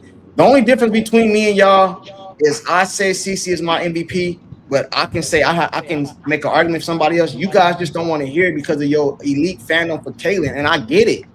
But people can make an argument for other people. I'm not saying they get it, but you can make an argument. It's just that simple. It ain't like it's okay. That. When you let me tell you guys something too. If you say something good about Kelsey, you didn't stab Caitlin in the back. You know what I mean? Because I think that's what happens a lot of times. Y'all think if y'all say anything about somebody else, it's diminishing Caitlin. Like if I say the reason people get mad at me is because I give other people props, and it ain't just all Caitlin. And when Caitlin mess up, I say it. Y'all won't. You know what I mean? You can see Caitlin go miss 2 free throws and lose the game. Y'all get mad at me for saying it. Yep. But if Kelsey go miss those 2 free throws, she get killed all across the internet. That's not what I do, bro. I'm sorry. Right. I'm just sorry, bro. Right. That's just not. I That's not what I think you do, give bro. people a lot of props up in here. And That's not what I do, and bro. I'm I'm and sorry, bro. Courtside. But my team props. Courtside, I was just I'm sorry, bro. responding to the participation trophy. I don't, like I said, at the end of the day, whoever has the best numbers and they get it, they get it. It's Asia Yeah. or CC or Kelsey, whoever gets it. I just want to go by the numbers. That's all. Hey, somebody got a question in the chat. They said, Courtside, ask the panel for me, how is Caitlin playing at an MVP level with a coach who is sabotaging her? Because y'all said she was being sabotaged. Answer that one, Pete. Y'all said she was being sabotaged. So I'm just asking the question he want me to ask the panel. He said, Courtside, ask the panel for me, how is Caitlin playing at an MVP level with a coach who is sabotaging her? Anybody want to? He said, ask the panel. So I'll answer. I don't ever answer nothing. I'll answer it because it ain't happening. There you go. That's all right. You know what I mean? Okay. Am I right, Pete? That's fair. Absolutely. Hey, Junkie, we're Cowboys fan. If the MVP were just about who had the best stat, Dak would have won MVP at least by now. That's not how it works. I agree, bro. I agree, bro. But I my panel is open to anybody and everybody's opinion, even though I don't agree with it. You know what I mean? I think the problem with me, I think the problem with me is I am a big fan of Caitlin. I don't idolize Caitlin. When the season is over with, I don't give a damn what Caitlin do. Whether it's golf, swimming lessons, pool, she at McDonald's, she dropped some fries, she at Dairy Queen. I don't care, bro. I'm a fan of hers on the basketball court. That's where it stopped for me. You know what I mean? And I think she does wrong. I think she make mistakes like any other player. You know what I mean? But just because you say something negative or negative criticism of her don't make you a hater. You know what I mean? And I don't blame Stephanie White for everything that these players do wrong. That's the difference between me and them. If y'all want that type of stuff, go watch them. And salute to them. I ain't taking no shot to nobody. You did that to me the other day, and I was trying to be nice and come up here and support Caitlin, but I couldn't watch them on TV. Boy, y'all was on me like stink on shit too, boy. I'm talking about y'all were like giving me hell because I was watching the Memphis game, and I was trying to ask y'all what was going on because I couldn't keep up with both games at the same time, and y'all were giving me the shit. I got something. Anybody want to say anything else before we get out of here? I got Pete and Down to Earth and who else? I got one more thing to say before you go, Courtside. You was talking about earlier about the situation next year, or who they're going to keep and all that. I don't know who they're going to get rid of, but I would be worrying about. I don't know what they're going to do in the free agency. But if I was the front office, I would either be trying to sign somebody to play behind Boston or sign me a wing and put Lexi on the bench. Because Lexi's coming back next year, but she's not contributing. So I would go out and either sign a big or sign a wing, and in free agency try to get one or the other. Yeah, I got you. Get another player for Lexi. Hey, King, either in the draft or in free agency. He said, "Thank you, Courtside, for what? What you said? Thank you for? For last night. What? What I say? I don't know. That's the wrong way. Bro, how you do that, man? You got to teach me how to do. This timing is impeccable.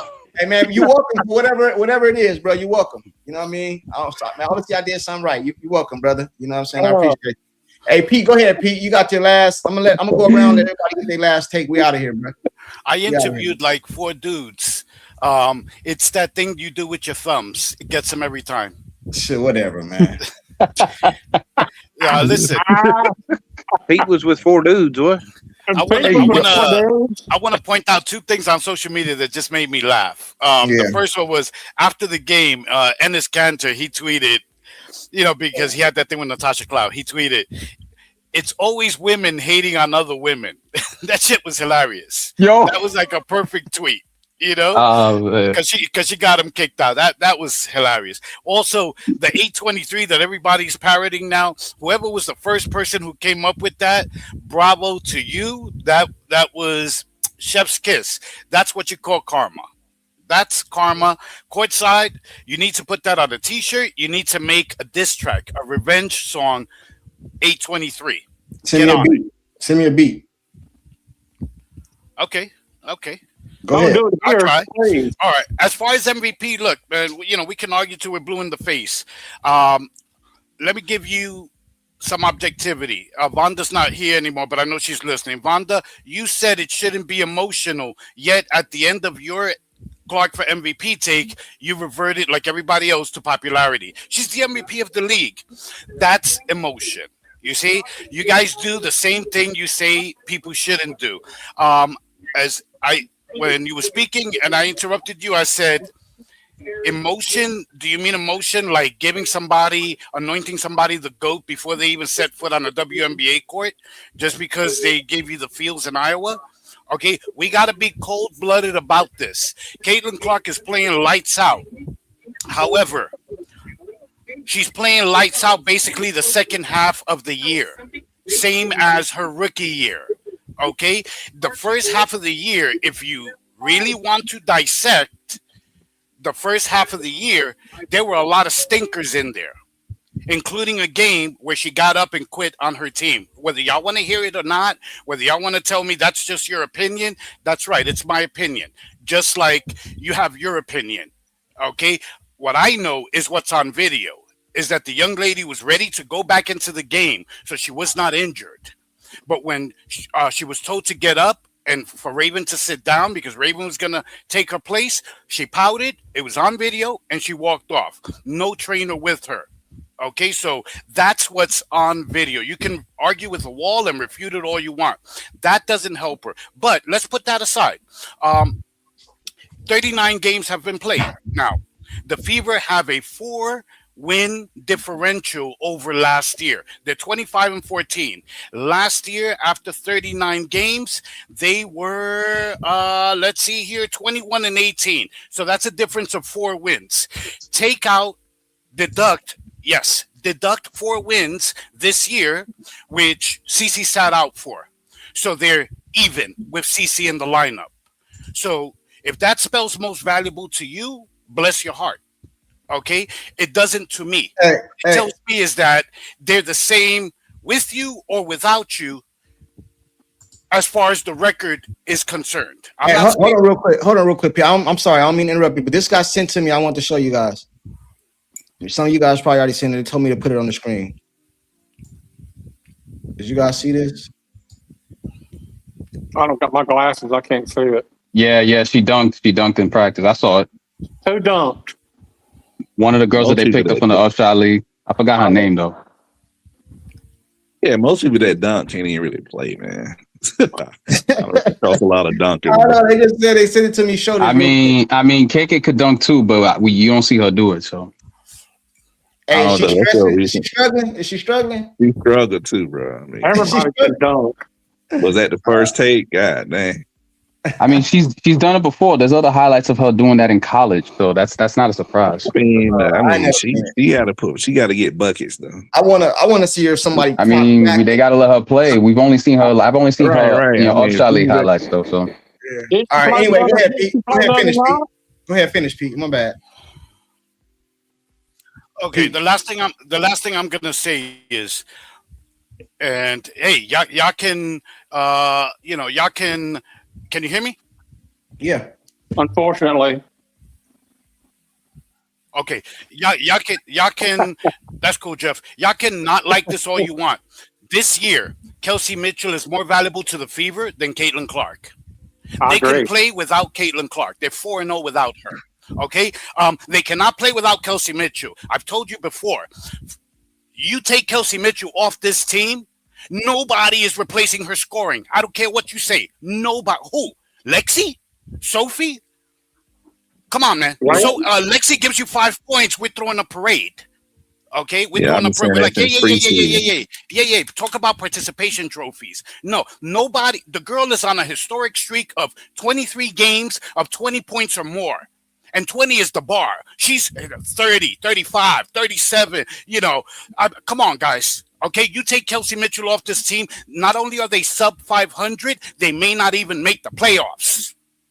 Because everybody would just crowd down on Caitlin Clark, and nobody else on that team can take over and beat you. Not Boston, Lexi, Sophie, nobody. I don't care what anybody says. Get out of your emotions. She is your most valuable player this year, whether you like it or not. I think it's disgusting, frankly, that a lot of you would rather see a player from another team get it than for Kelsey Mitchell to get it. I think that shit is disgusting. That shit is fucking retarded. I'm sorry. It's just retarded. And that just shows the toxicity again of this fan base. Okay? You'd rather see another player from another team shine and get it. I mean, explain that to me. Make it make sense. That's all I got, man. Good take, Pete. Good take. Hey, I said that in preseason about having a backup too, but go ahead. Hey, down to earth. I know you said you wanted to come up here and say something. Well, at first I wanted to say something to a boy that was up here a while ago, Ocean, but I see he left and stuff like that because I don't know what kind of takes he was doing. But he was on one. But he's man, always you gotta keep it a buck though, bro, between Kelsey Mitchell and Caitlin Clark this year, man. And it's just the only difference is this, really, man, is that in the big games, Kelsey's showing up. Thank you. I mean, it's really that simple, bro.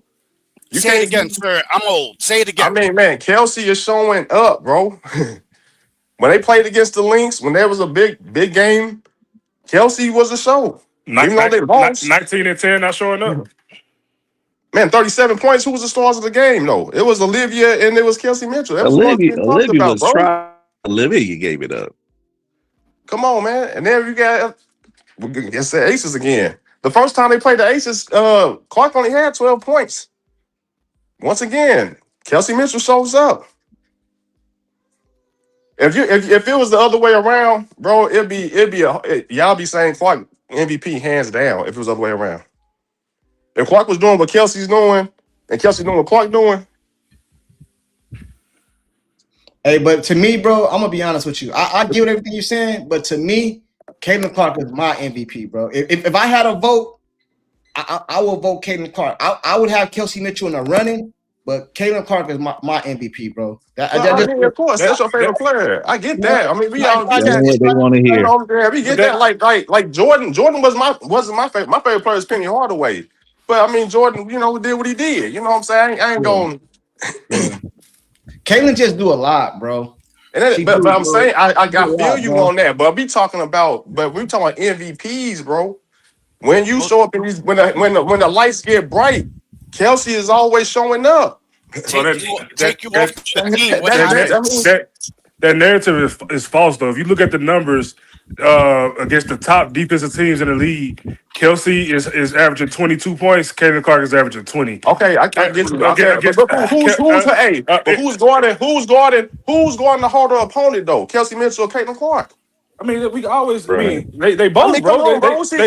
Kelsey out here guarding had to go on Olivia Miles. She go on Paige. Did you not see Clark on Paige Beckers? Did you not see Clark on Alicia Gray? Bro, Kelsey Mitchell was guarding the most of the time though, bro. All right. Kelsey is guarding the hardest guards on the teams, man. She's guarding the best scores on the teams. Yep. Clark, they are pulling. Man, there's been times they pull Caitlin out the game for defense possessions when the game's tight. And that's BS because she's not even the worst defense on the team. Bro, it doesn't matter. It's happening though. They ain't doing that with Kelsey. Y'all can come up with your little theories and everything, but they're not doing that. J-Dubb, Arike just manhandling her in the post and everything, man. Just killed her. Everybody Alicia Gray just scored 15 straight on Kelsey Mitchell. You can make this argument about both players, bro. But hang on, they both get cooked on defense, bro. But Kelsey still shows up on the offensive end in the big games. she still be able to put up points, man. And my point is, Clark does too, bro. I just told you against the top defensive teams, Mitchell's average. Bro, I made videos about it, bro. Hey, Kelsey, listen, bro. Bro, y'all talking over each other, bro. Y'all talking over each other, man. Why is the fever at the 5 right now when they shouldn't be? Those games against New York and the game against Dallas, bro, that was not on Kelsey.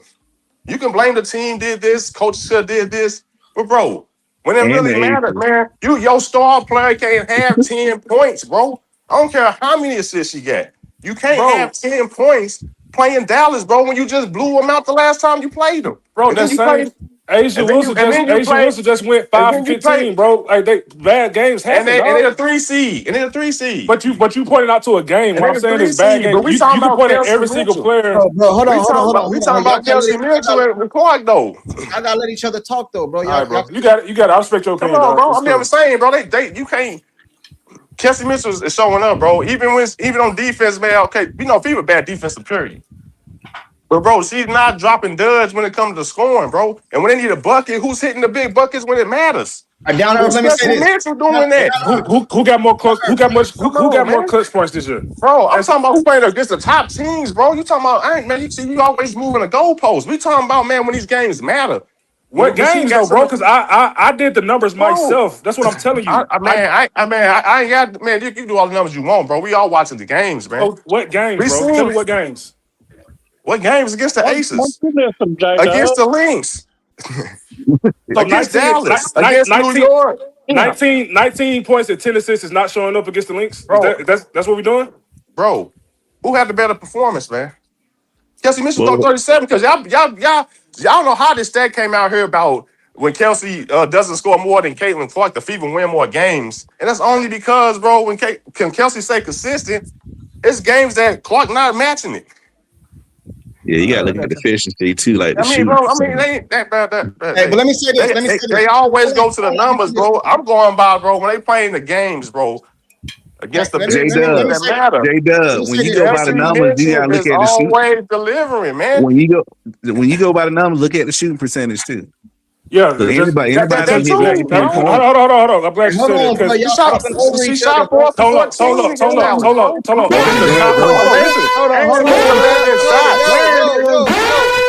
thought it was my turn. I thought that was my time to go. Y'all can't be doing this over each other. I don't care who calls. Let that person. I mean, you can. At the end of the day, bro, you can say anything you want to say. She blew 2 free throws against New York too, man. You cannot do that. You cannot do that, bro, and be called MVP, man. In my eyes, you can't do that, bro.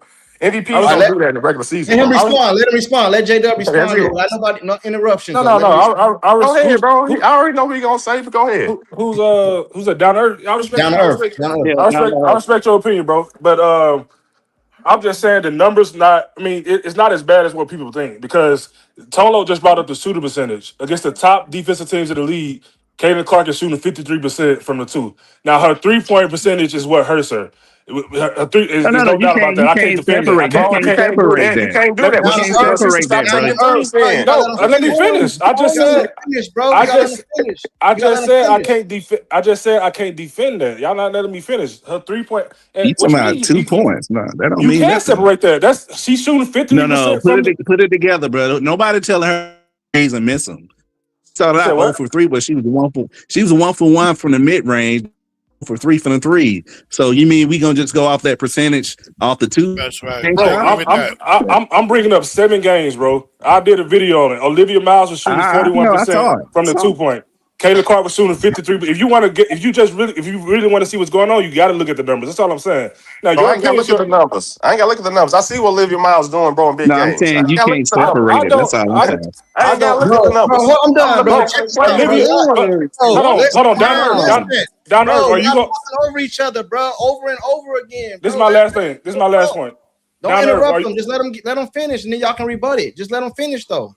Are we? Because what we're doing is we talking about individual games where all these players had bad individual games. Olivia Miles went 1 for 10 against the Valkyries. Like we can point out, Caitlin Clark had scored 32 points against the Mystics, which is a good team. We can point out she just had 26 points against the Atlanta Dream. Like these players have good and bad games against the top teams. Like we can point out at every game, or we can point out We could do that for everybody. That's my point. We can do that for everybody.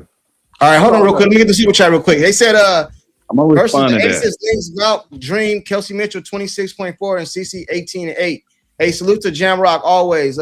Somebody else said Justice, low 3-point percentage is worse for CC when she's a 3-point shooter. Hey, listen, man, check this out, bro. Listen, I think we can all have our own opinion. In my opinion, CC the MVP. If you're not giving it to A, we talking about out of her and Kelsey. And y'all know I take up for Kelsey. Can't nobody say I be hating. You can't do that to me. They call me a Kelsey Glazer. So you can't do that to me. But out of Kaylin and CC, I mean Kelsey and CC, I got CC's the MVP, bro. And everybody got valid points, bro. But CC just do more, bro. She just do more, bro. She do more, man. Assists, rebounding, all that. Her defense has gotten better, bro. Yeah, she not have bad games like everybody. You know what I mean? But in my opinion, it's CC, bro. And also the turnovers, bro. I think those last hold on. I think those last 2 games did hurt her a little bit because when she was face to face with Asia Wilson, game on the line, she didn't come through, bro. That hurt her. I agree. Then she missed the 2 free throws. Kelsey missed a free throw in that same game that would have iced the game too, though. So I gotta bring that up. You know what I'm saying? But the last couple games hurt her. But then she just came out yesterday and was balling. In my opinion, it's CC, bro. We still got some games to go. If it don't go to Asia, it's CC. I think CC is over Asia, but if it don't go to Asia, it's CC. You know what I mean? And that's just how I see it, bro. Let me say one thing. When you bring up that missed free throw that Kelsey missed, right? She made 1-1. I get that, right? Yeah. But Clark's supposed to be that guy. She's supposed to be that girl on the team, right? So she's supposed to pick up that. If she the top dog like that, bro, she's supposed to carry that. Okay, Kelsey, I got your back. Let me finish the game. She didn't do it. Yeah, that's true. That's what I'm saying, bro. And then you keep saying all this, bro. You got to throw in the turnovers. There's been games Clark had 8-7 turnovers. You can't keep blaming team can't catch the ball and all this other stuff, bro. It's a teammate. It's been more times than not. Clark's been causing her team these games, man. That they should have won when it goes down to the wire. Then it's been Kelsey. It is what it is. Hey, Justice says, Junkie, Westbrook did more than KD on OKC. KD was the better player in MVP. Facts. Yeah, but what I was saying to J-Dubb is you can't separate the two. You're talking about the only reason she shoot better at 3-point line because she be shooting logo because she want to hype up the crowd. You can't do that. That's what she do. That's part of her game. So you can't separate. Right, that's a shot selection. That's on when you pull up the shooting percentage. You can't say 52 point and then 20 from the other. You got to just say percent of the total attempts. You can't do that. Hey, Vonda, hold on, let me get Vonda. She said CC brings more value, points, rebounds, assists. I guess Kelsey delivered when it was her team for 6 years. They never made the playoffs. See, why we y'all always sound like a broken record with these stats, bro. Y'all not watching the games, bro. When these games are tight, Kelsey Mitchell was getting them in the games, hitting the big shots, bro. Gotta go back to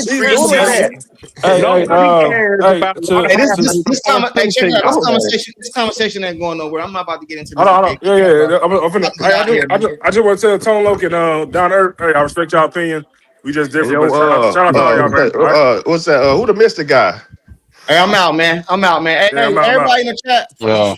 Salute to pulling up, man. I'm up out of here, man. Y'all ain't about to get me. We're gonna go in the green room right now and have this conversation, man. Cause y'all tripping, bro. Hey, salute to everybody. Anna, Tina, Voodoo, Anthony, AR, making a coin, Shelly, Big Dog. Hey, man. Big Dog, pull up in the back, bro. Big Dog, pull in the back. Where Down to Earth at? Down to Earth, where you at? Down to Earth, come back up here, bro. We're gonna go to the green room and have this conversation, bro. Anna said because Kelsey's given the green light and assisted by CC. Yeah, and you know why CC has so many assists? Because her teammates make shots. Jesus Christ. Hold on. Hey, come in the green room, bro. We're going in the green room to have this conversation. Hey, salute to everybody for pulling up, man. I'm gonna holler at y'all, man.